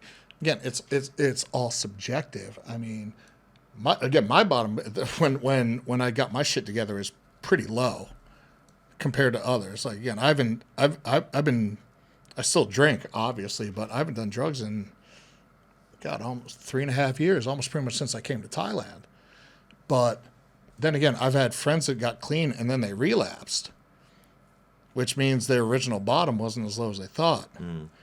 I mean, that's not entirely the full case. Relapse is sometimes for people part of the recovery process, but they have to hit a lower bottom, so to speak. And again, it is a case by case basis. Yeah. And it's when that moment of clarity hits and someone wants to make a change, they're going to make it, because again, it's if they don't make that change, they're going to die. I've seen people that have had multi-million-dollar jobs that went to being homeless, kept using. Guys that have destroyed. How many motherfuckers in Pata do you think that are raging alcoholics that have lost their families, at their homes, their kids hate them, and what are they still doing? They're still going out and partying and picking up bar girls every day. Yeah. Think they hit their bottom? Absolutely not. If anything, they're hitting a high right now. So and they thinking they're top of the game now. Yeah. You don't have to move to Thailand to fucking be a raging alcoholic and pick up fucking hookers all day. You can do that in any country. But it's all about what it show us, right? I don't want to wait to hit bottom. Basically I don't want to be even far from this place. Well, I want to be far. Well, I mean things literally have to go beyond being out of control. And it's such a horrible thing to watch, because someone that gets so deep into that route, you can't do anything for them. Yeah. It's they have to have that one moment where it's like, okay, I need to get my shit together. And just because I have my best friend also, he have some, health problem, and basically he was on the hospital, and he was 2 days on the basically fasting, right? No food, and on the some drip, which is salt. Yeah. And I just told him before, like, hey, like I discovered things about the salt. Basically, it's my new project about salt with the minerals. Yeah. And about fasting. I do fasting many times, like 21 days, no food, right? And I feel fucking awesome. And he said, okay. And later he said, I was in hospital. 2 days I didn't eat, and I was on the drip. And like, yeah. You get all the shit out of your body. And he said, I feel the best time ever. Like, I never feel that great. I said, bro, it's exactly what I told you about fasting and the salt. Yeah. And like, when you get he didn't get it, right? When you give your body time to flush everything out, which majority of it's going to be waste and toxins, you're going to feel better. That's why fasting is important. That's why it works. And then once all that shit is out of your body can actually effectively repair itself. Yes. This is, again, if you've studied like basic anatomy, physiology, and human performance, this is basic. This is not new. This is not a revolutionary part of science. This is shit I was studying when I was fucking like 20, 21 years old. But I think the point right now, it's not about what people know, but how people can apply this. Right. And that's the whole thing. It was like it's presented as such like a big complicated task. Like, only certain people are capable of doing this. Like, no, everyone can do it. You just have to exercise some sort of self-control. Yeah. Or find way at the people, on the surrounding or whatever to make this happen, right? Yeah. I show you one thing. Some quotes for someone. 10 years ago, I made the decision to never correct anyone who was wrong unless I'm paid to do that. Never be happy. Oh, that's... man, it's like people that are so hell-bent in their convictions, it's like, yeah, you're right. Yeah. Like, what, you're not... If who the fuck opinion am I going to change? Yeah. Like, hey, man, you're right. You're good. No problem. Yeah. No problem. Like, do you? No. That's your thought process. Go ahead. ahead. But it's also like if you are the person who's, want to help other people, right? And you pay the price to also help other people because you need to be better on this, right? And at the same time, like I know people know about the health, people know about the workout, people know about diet, people know about many shit. My point right now, how I can be better to apply this to the people, how I can talk with the people using the podcast, using the fucking, my product and everything. When people get easy, for example, I'm the big fan of the, carnivore diet, not carnivore diet. I'm the big fan of the simple good diet when people can do every day. Yeah. Because it's not about, eat fucking healthy food or one time a week. It's about eating every day, possible every day, something that is good for your body. Look at how many, that's the whole thing in the U.S. is like the 30, 60, 90-day like body transformation challenge. Yeah. Like, I get from January 1st. Yeah. It's like in 3 months I can get you the body of your dreams. Yeah. Like, cool. Why don't you make them keep it for the rest of their life? What? Make them keep that body for the rest of their life. Yeah. Even like that's when like this is like I'm not training hard right now. Again, I'm drinking beer just about every day. I'm eating whatever the fuck I want. I'm fucking 17 kilos over my fight weight and still in shape, but I'm not in fight shape. Like you fight on the 80. I fight at 93 kilos. Mm-hmm. So roughly about 205 pounds.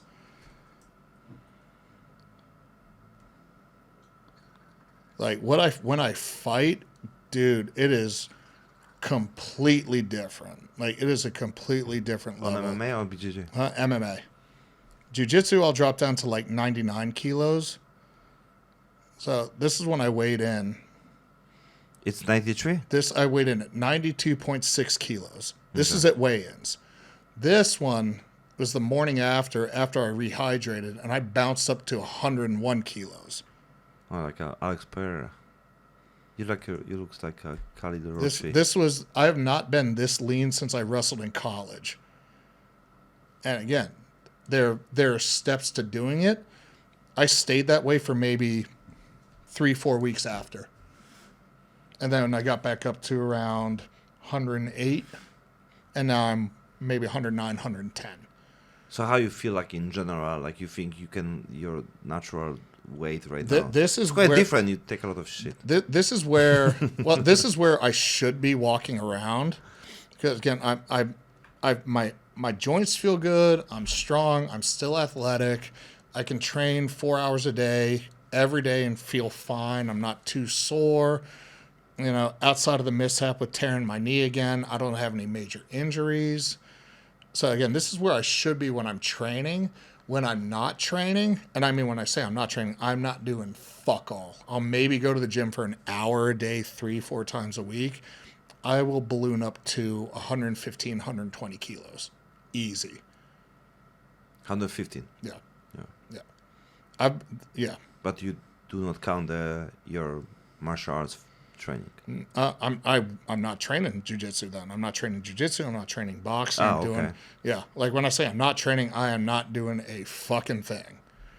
Right now is where I'm staying in condition, but I'm not in fight shape. What do you mean condition? Like for the people who don't know, like so for me when I say I'm in condition, I'm doing 2 hours of strength training a day and 2 hours of jiu-jitsu a day, and I'm doing that 5 days a week. And then on the weekends, I'm usually doing 2 hours of strength training on Saturday and maybe an hour and a half of like cardio conditioning and core work on Sunday. You like cardio? No, I hate it. Dude, I got 2 fucking blown out knees, man. I hate cardio. I just made 21 kilometers of the fucking Spartan race. Dude, that's fucking madness. Those are some of the craziest things. Like, oh man, that looks so much fun, but I would probably die if I did it. Yeah, you'll die. Yeah. Man, it was fucking crazy hot. I don't know how people can handle. I'm handled because I'm fucking used to be on the hot, in the sun. Yeah. I love sun. I love sun because vitamin D and everything, and I'm always like overdose in sun. But it's like, man, that's just like a long time to run and go through like obstacles I and make 21 kilometers with obstacles in the 3 hours 45 minutes. Fuck me, yeah, no man, 3 I'm hours good. 25. Yeah. But there's we found there's a temple that we take our guys to, and there's a big flight of stairs. It's broken up into 5 sections. So there's one flight, flat top, one flight, flat top, one flight, flat top, one flight, flat top. So what I would do is I would take my guys there, and our goal would be to do 3 to 4 stair runs, and then there's a big hill which we jog down. So we sprint the stairs, and in between each flat top, do 30 push-ups. Oh yeah, this is good. Yeah, and then we jog down. This is the guy what I told you, the owner of the Ecstasy Gentle Club. He do it like 10 kilometers run, and every kilometer he do it 100 push-ups. Yeah. Oh, dude, the conditioning workouts I have for my fighters are like shit that I was doing in college. They suck, but they work. But you can make 10K. Huh? I mean, me probably. Would I enjoy it? No. Yeah. But such is life at times. Yeah, it's like, again, like training for me right now, again, it's a necessity. It's still not an option. It never will be an option, whether I'm competing or not. The only thing that changes is the intensity. So there's always morning routine for you? Yeah, morning routine after. So I'm usually, especially when we got fighters in house, I'm up at 5:30, no later than 6 in the morning. Get all my shit together, get my bags ready for my training and everything. Eat a little bit, take all my supplements, and then. What's your supplements? Right now in the morning. What's your injections? Right now in the morning, 1.6 IUs of growth, 10 grams of creatine, 40 to 50 gram protein shake, and at least 20 ounces of water. If I can't get my protein shake, I try to have like 6 or 7 eggs. But definitely in the morning, still got to have my growth. Right now, since I'm especially dealing with my injuries, I was taking BCP 157 and TB 500, pinning that in my knee. Mixed together already? Yeah. I get it 10 milligram vial pre-mixed. And I mean, that's why I came back from an MCL tear in 2 weeks. And you put on the place when you are like injury or something? Yeah, for that, for a specific injury, you gotta pin it in the injury site. Yeah, and dude, that shit worked. Again, for an MCL tear to recover in 2 weeks. This one, how long you take it? Like whatever, like for how long? 10 days? This one, or until it's not even 10 days. Oh, really? So you should do it for no more than 3 weeks. No, 3 or 4 weeks, depending on your dose. I was doing 1.5 IUs of both twice a day. Once okay. once in the morning, then once before I went to bed. But for 3 weeks. Yeah. Well, that's for an injury. Yeah. Yeah. If you're doing it just for kind of general use, you don't have to do that much. But you got these injuries because, for example, it's not about the bones. It's about the. It's strictly soft tissue. So Yeah. we're talking ligaments, tendons, Yes. muscle tissue. Yeah. And for 3 weeks. Yeah. I mean, today's Friday. Tomorrow will be 2 weeks since I tore my MCL. Okay, yeah. So I need to extend. So So yeah, more than 10 days. Yeah. Yeah, so it started feeling well. Today I did my first full lower body workout, and actually my lower body got stronger. So the knee feels fine right now. My limp is gone. Everything. There's still like a little bit of instability from the tear, but yeah, it's probably at 90% right now. So we're talking 13 days. So I'll be on it for 1 more week, and then I'll cut it. Okay. For me, it's really until I feel like I'm at 95%, and I stop. And if you compare like ability to use this or the access and everything compared to US, I would much rather use this. and you can get anything here the same like there somehow on your case. I can get just about anything here that I want that's real, that's like pharmaceutical grade at a much more affordable price. Yeah. Okay. Yeah. Yeah. But if you don't have, because here you can get easier access to things what it's not, in US I think you have more prescription for this, or you can get the source what you already know, right? Yeah, I mean, I had a guy in the U.S. for Yeah. everything, but like if I went to a doctor and if it's like a serious sports injury, yeah, you can get a prescription for it, but Yeah. it's a process. Yeah. There's it's all about accessibility. Like it's harder, like in Europe, super hard to get this, well, and- so the stupid thing what happens with the U.S. whenever anything gets Schedule 1, which is like the highest level of banning as far as a substance goes, that means it's on like the same level as like heroin and like cocaine. So you mean the peptides and the testosterone and the growth hormone Yep. is the same level? All Schedule 1. Oh, fuck. Yeah. that's So what I'm saying. without a prescription, it's a felony to own. So you're going to prison, Yeah. and there's a mandatory minimum for that. And if you get caught with a certain amount, it's possession with this intent to distribute. Oh, yeah. Which is a higher minimum. So again, And for you, even if it's your dosage for yourself, you'll Oh, be like man, yeah, you'll be like the dealer already. one pin my ass would probably go away for 10 years. So what do you want to sell? No, it's just for today.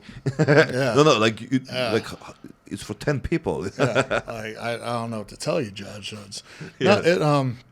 The really stupid thing is what happens when they Schedule 1 things, because all research stops on it. Because they can only do so much for trials. If something is illegal to use on humans, they can't do human trials on it. They can only do certain animal and clinical trials. So there's only a certain amount of knowledge that's been obtained of not only the benefits but also the side effects, which for any of these things, any PED when it's abused, we know what the benefits are. That's a pretty standard thing to figure out, but it's the specific negative side effects and harmful effects if something's abused. You use testosterone, you use growth hormone, you use peptides, you use all that shit in a safe and proper manner, especially if it's prescribed at a certain dose. There's going to be more benefits. Your than doses are not prescribed. Of course they're not prescribed. Well, I mean, if I'm a doctor, I prescribe them to myself. No, but like if guys like constantly stay on high doses with many compounds, they don't come off, they don't take estrogen suppressors in the right amount. Yeah, what do you use for estrogen press? How good is? When I'm on, I take not Aromacin, Arimidex. Okay. Yeah.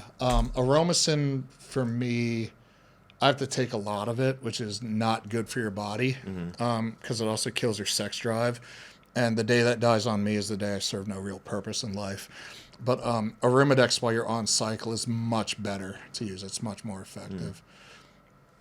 But yeah, you know, the more compounds you take and the higher dose for the longer term, yeah, you're gonna fuck yourself up. Especially with like a lot of synthetics. You know, again, like Tren, Equipoise, Deca, Anadrol, shit like that. That's gonna destroy your liver and your kidneys. I'm far from this one, but it's a big speed up for many people, right? That's why people take it, right? Yeah. It's a big speed up. And what you can tell me about the Fern?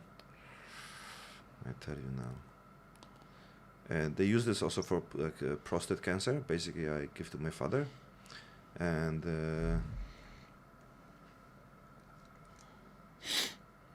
you know the pills about the prostate cancer. I mean, they use for the many things. Let me check. Second. Farnies.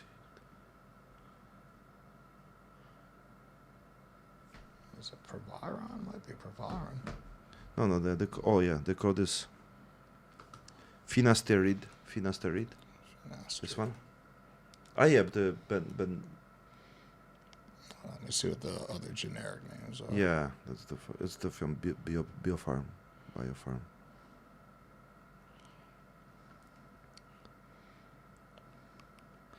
Muscle must talent.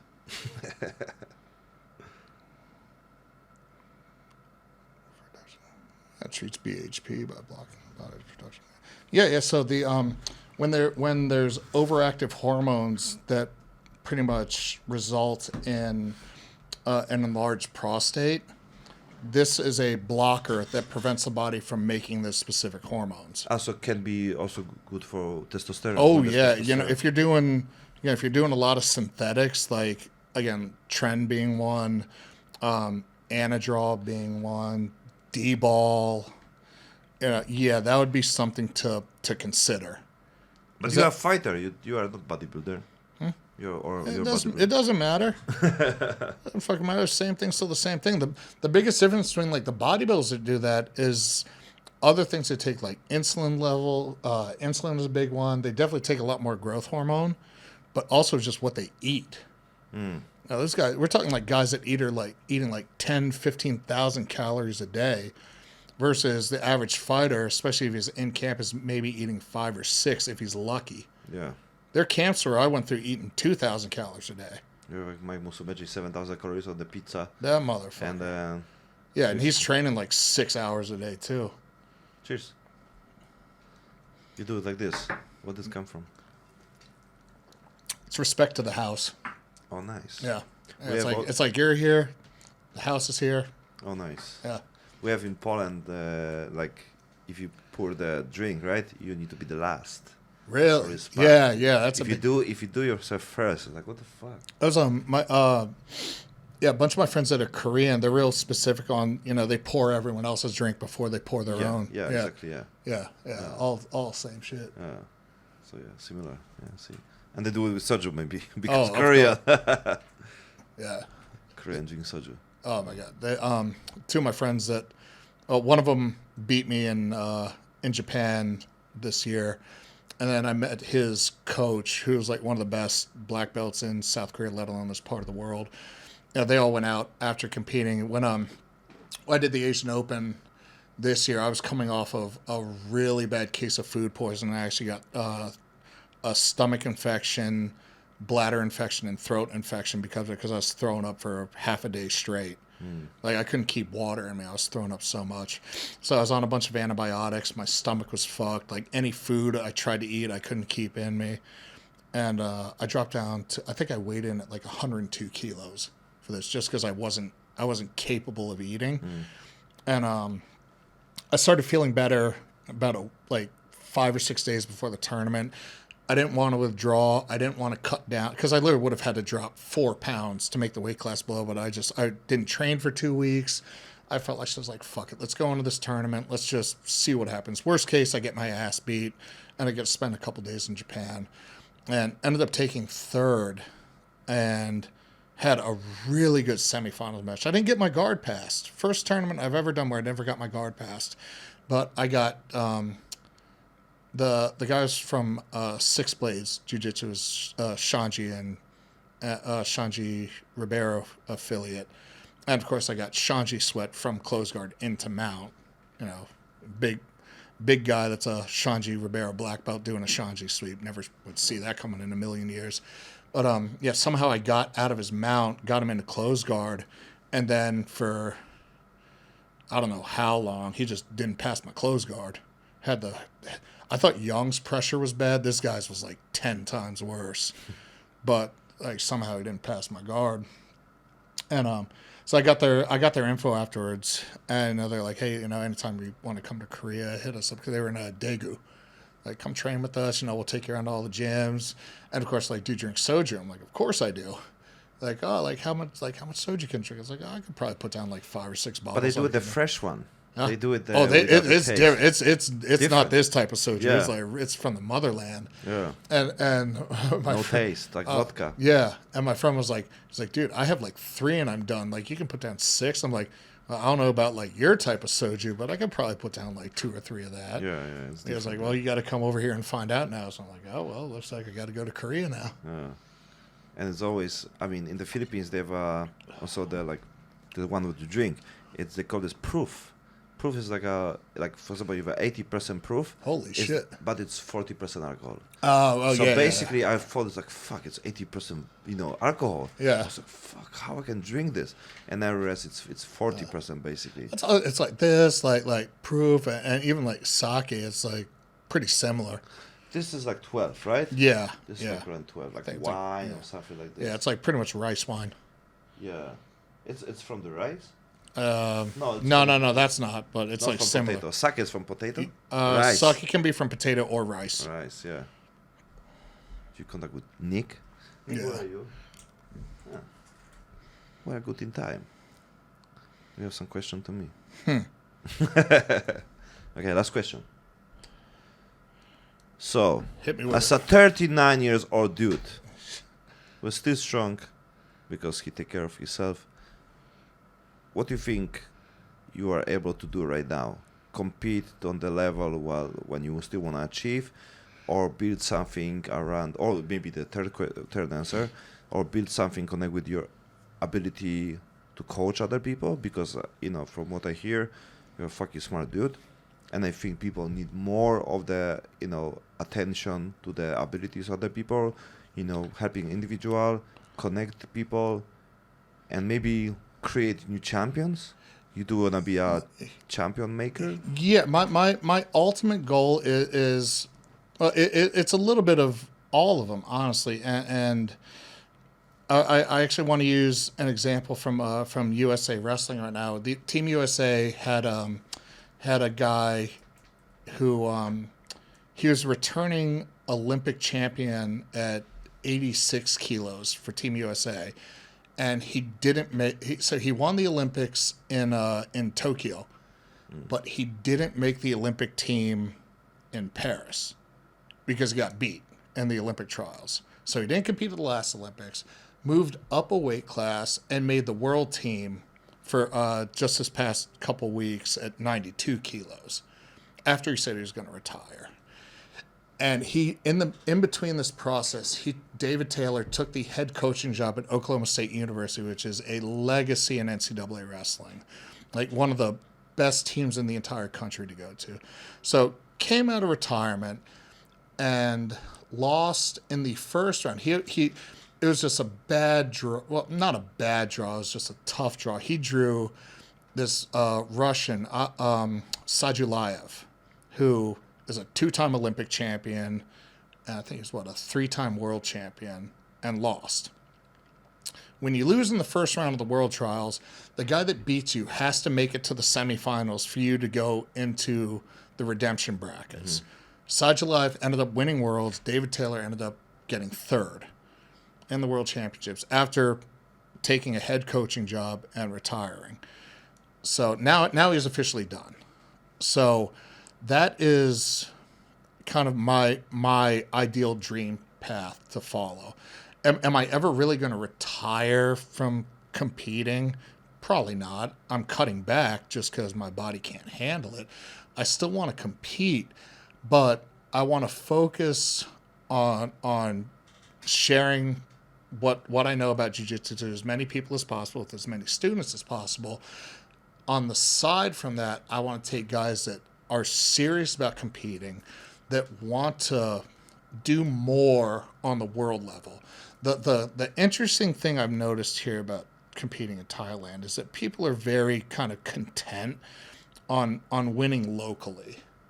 Like there's plenty of local tournaments in Bangkok, Phuket, wherever, and that's kind of like the end all be all. Like, oh, I'm a champion in Bangkok, I'm a champion in Phuket. My upbringing in competing was, in college wrestling, you want to be a national champion. If anything, you'll settle for being an All-American. In jiu-jitsu, it was you want to be a Pan Am champion, you want to be a world champion, you will settle for being on the world or Pan Am podium. So that's the type of athlete that I would invest a shit ton of extra time in, where I would train with them. I would guarantee that I would get them onto the world podium or Pan Am podium. But it's such a special mindset to have that you can't create it. You can identify it. You can say, like, what, they got the potential to do it. Now let's push them a little bit. Let's go to work.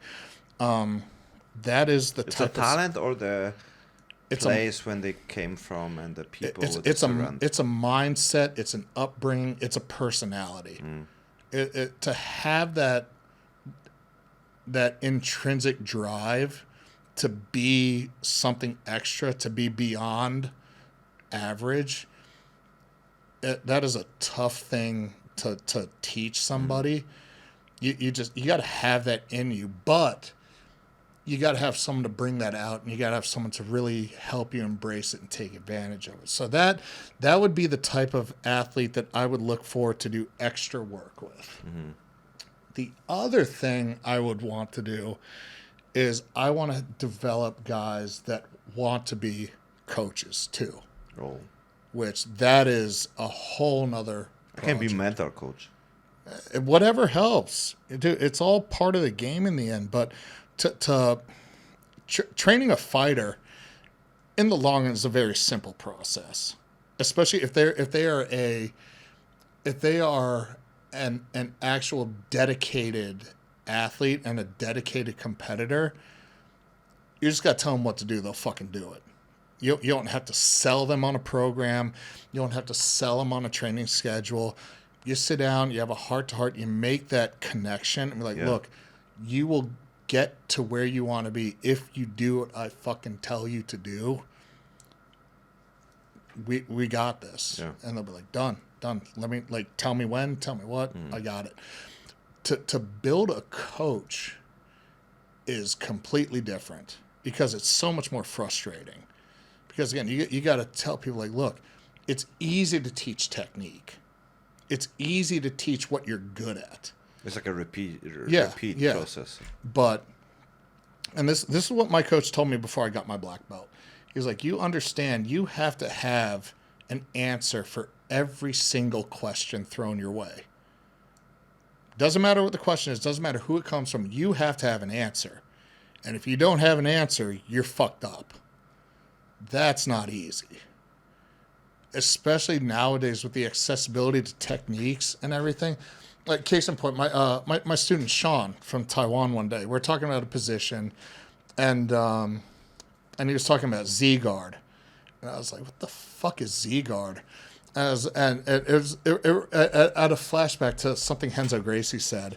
Like, he was doing a seminar, and like one student there was talking about like all these intricate positions with crazy names, and Renzo just stopped. He was like, buddy, jiu-jitsu's not just for the intellects, my friend. Show me the move. So I was like, Sean, I was like, look, man, I don't know what the fuck Z-guard is, man. Show me what you're working with. It's half guard with a knee shield. It's half guard with a low knee shield.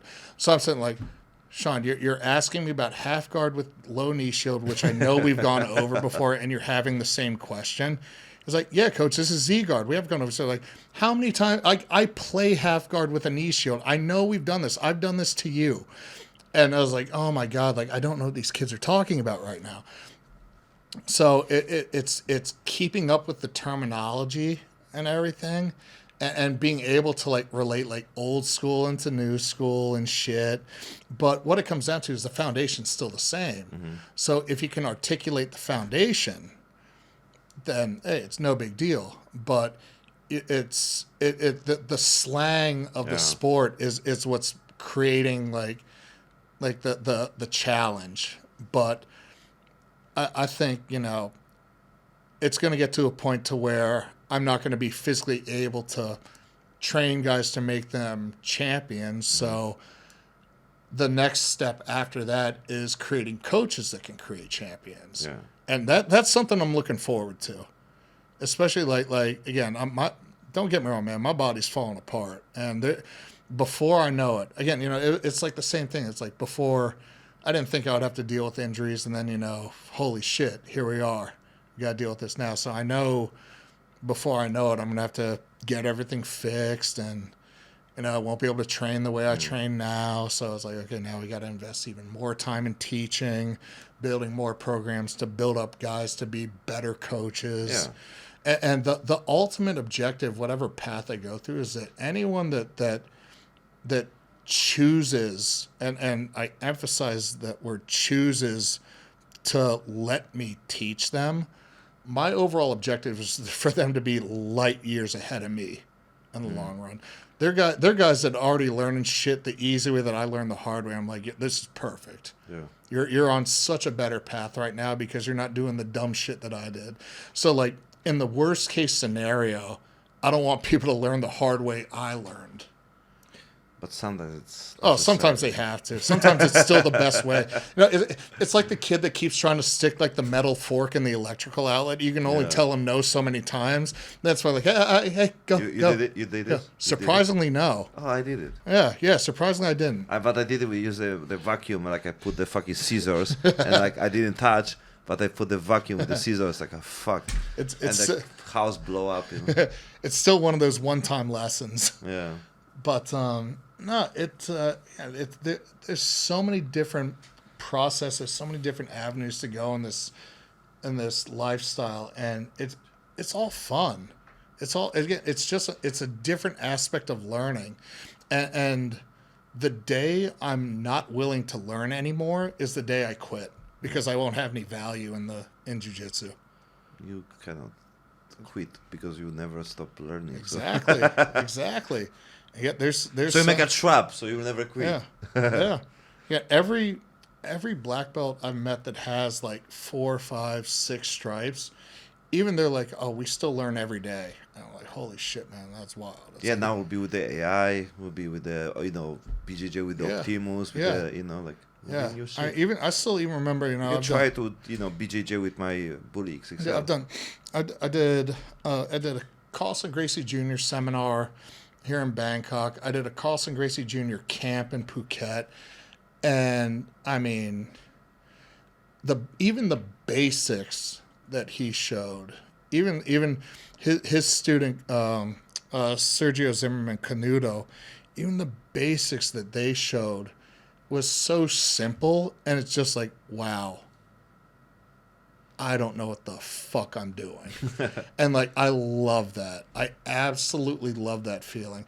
It was a 5-6 day seminar in Phuket. We were training twice a day, and I was the only black belt that without a stripe on my belt, like, which is like the craziest experiment. I think like the lowest stripe black belt there was 2 stripes, which means he's been a black belt for at least 6 years.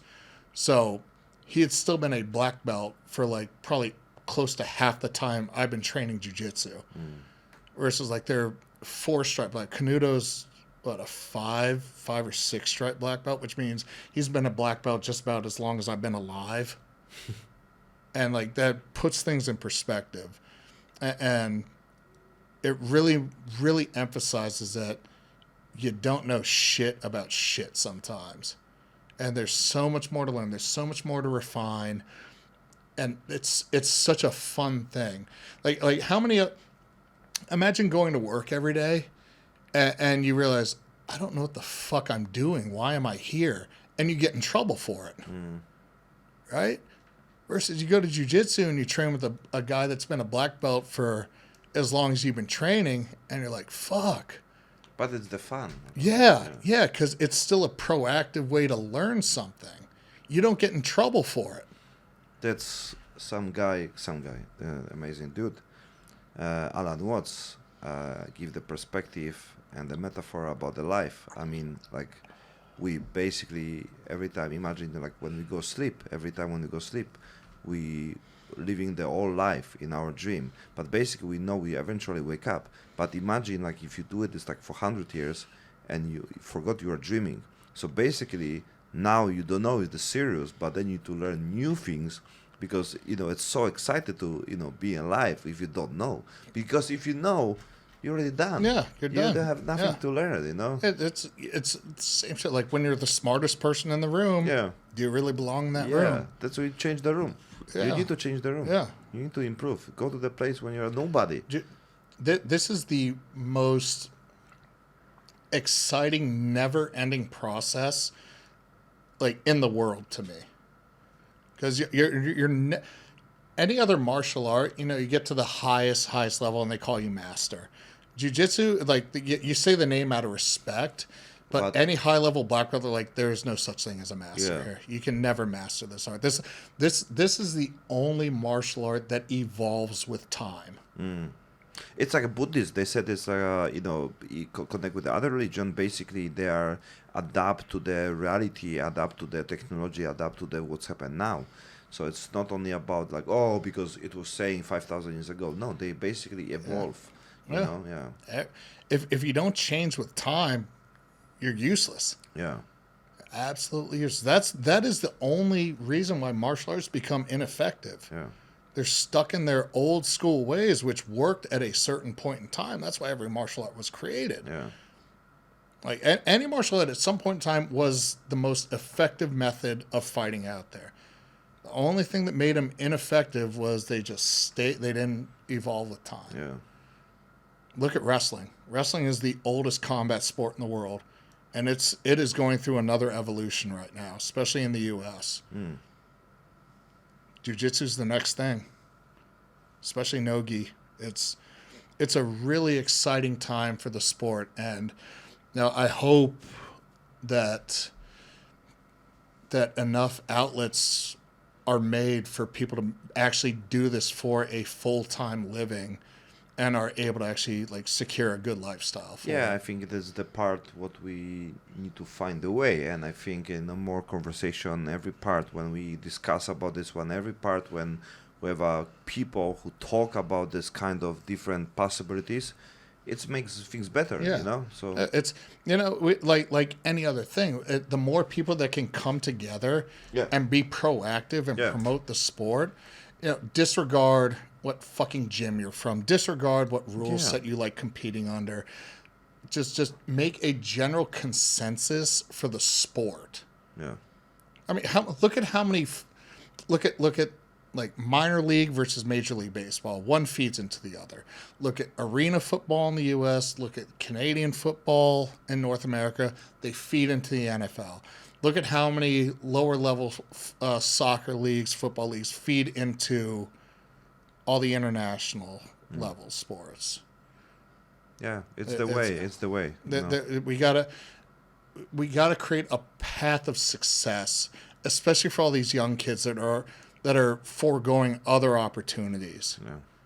And again, the more outlets that can be provided for the sport, the bigger it's going to grow. We need to make a BJJ game like a UFC. Oh man, that'd be great. Right? Yeah. But I mean, there's an option on the UFC. You can choose only, groundwork, right? But it's just like the more exposure, the better. Yeah, like it needs to be.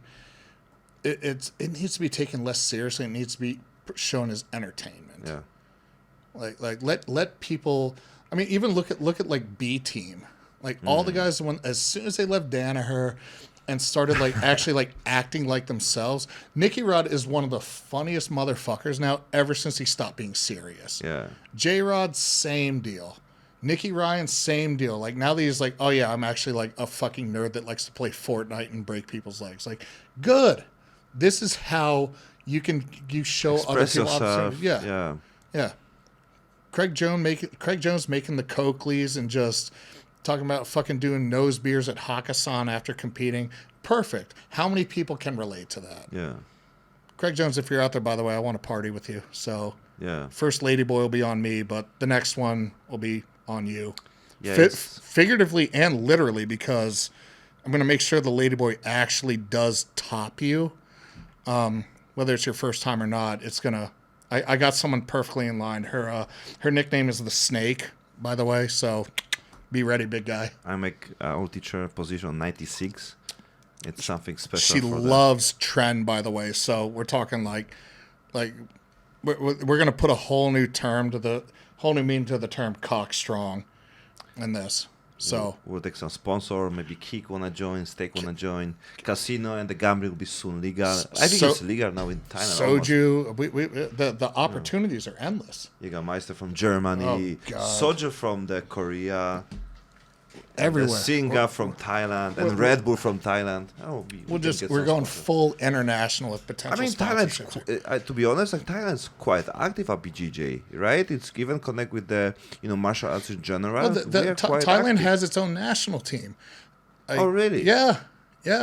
There's so many countries in this part of the world that have their own national team. And let's put this in perspective.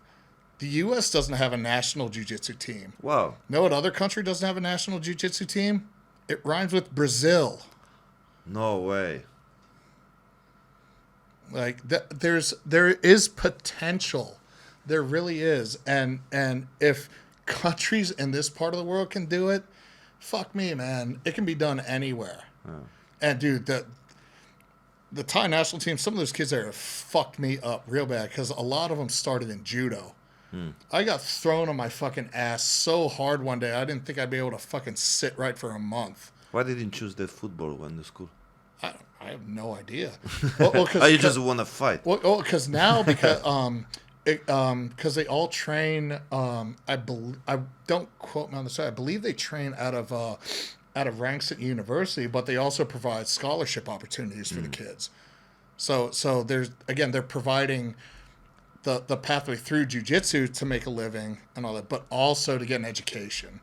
And I don't care what sport you do in whatever country you do, if you don't have an education to back it up, if something goes wrong, you get injured, whatever the case may be, you get sick and you can't train and you can't compete anymore, you got to have something to fall back on. And even, I don't care what country it is, you gotta have some form of education, and that's a big thing that it's really happy to see that's providing opportunities for kids here.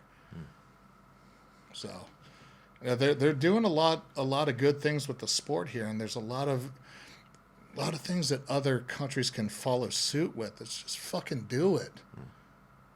Just fucking do it. But in education in general, right? What we talk today, and even the things what you want to create, and I think it's the good thing. So where people can buy your course for the coaches. Yeah, right. Today it's promotion with the code with the EJ from 50% discount. Yeah. with each person, $49.99. One complimentary bottle of soju included. Yeah. So yeah, Craig Jones, you are next on the podcast. One free lady boy. Sooner or later. Only one. Yeah, I think it's only this thing convinced him. So, I think we can get this. We can present the right. I'll talk with my boy Tyler at Bangkok Fight Lab. We'll find out how to facilitate this negotiation. Yeah, absolutely. It will be done. I met so much things since May when I started this. So I know it's just matter of that, just keep going, consistency, keep going. Having you on the podcast, with Chop, Nick, and everything, it's a fucking bless. And I know it's just a matter of, I mean, I have a people on the, even Polish people who are like on the top of the game. My friend is the coach of the Jan Blachowicz, so I know some people, but step by step. This is great. I know that my best friend is also a good friend with the Mateusz Gamrot. He's also ATT. So there's my friend just won the fight of the night of the 208. I partied with him on the fucking Nana Plaza. Oh my god. Yeah, it was 3 months ago. I partied with him on the Nana Plaza. Jesus Christ. And he fought on the 308, Mateusz Rembecki. Yeah. Did you see the fucking fight with the crazy blood? Oh, the guy that got cut?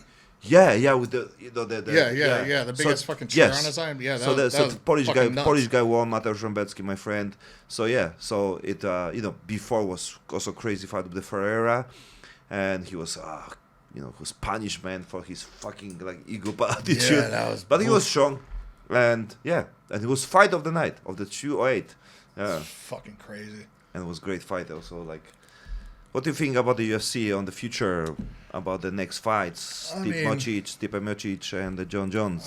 I think it's I'm happy Jones recovered from his injury because it's a really bad injury to have. I'm glad they finally negotiated the fight and made it happen.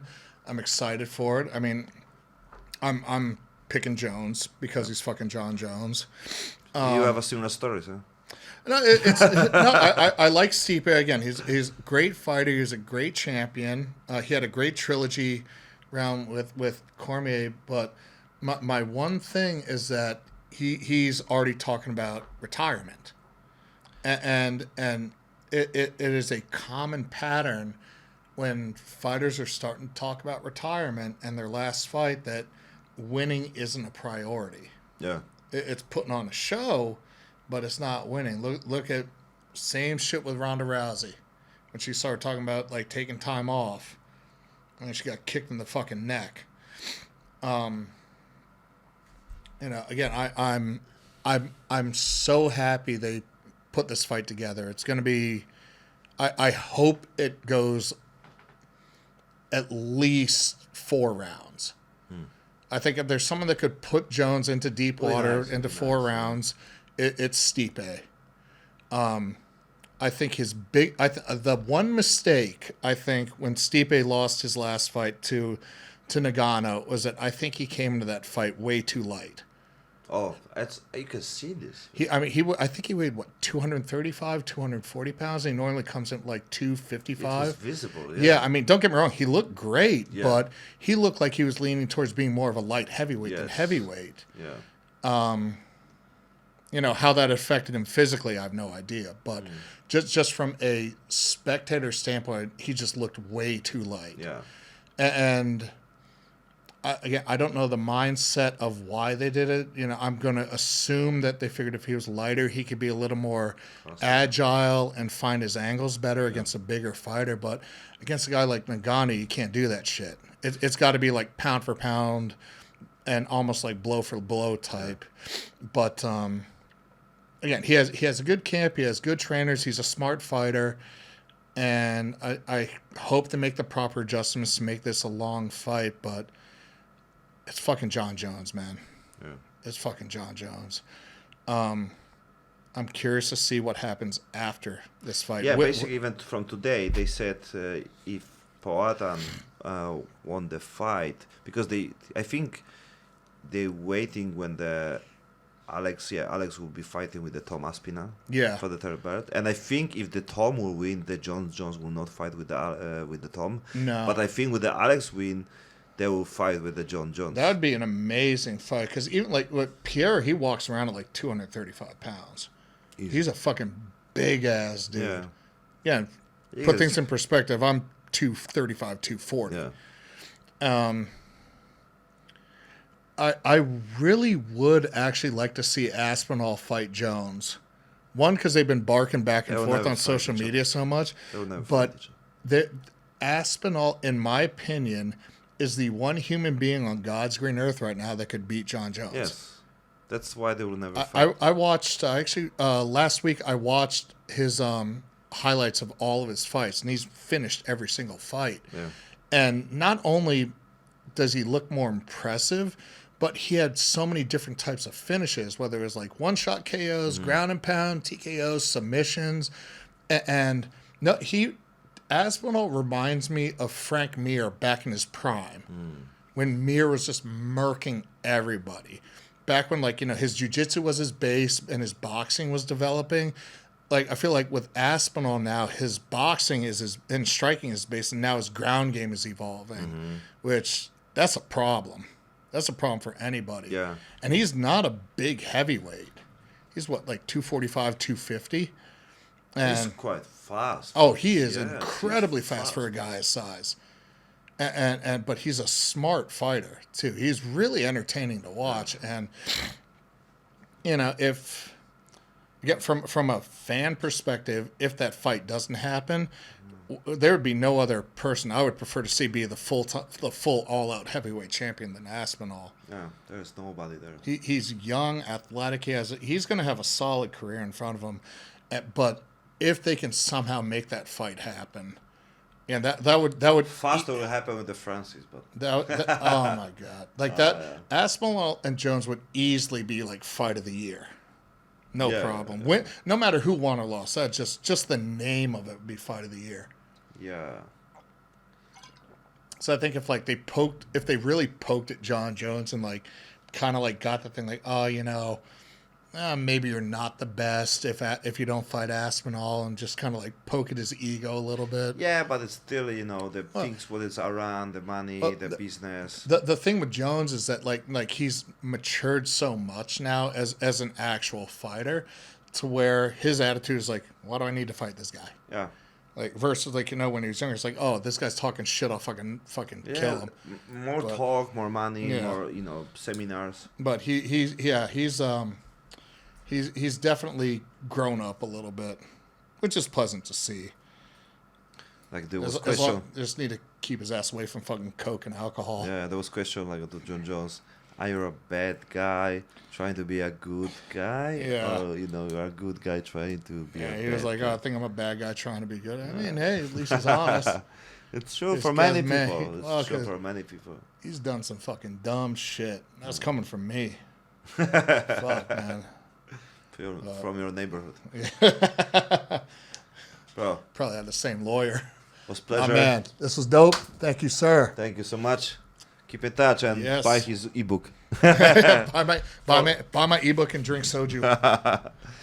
Follow this guy everywhere. I will definitely be see the links. Yeah, if any people have Instagram, I don't even know what my fucking handle is right now. I had to change it. I will tag you everywhere. So yeah, it's what is it? Yeah, I don't know Instagram. I even didn't imagine you like this because here like it is. Yeah, Instagram is which one is it? I can do there. We can show there. The one close to you.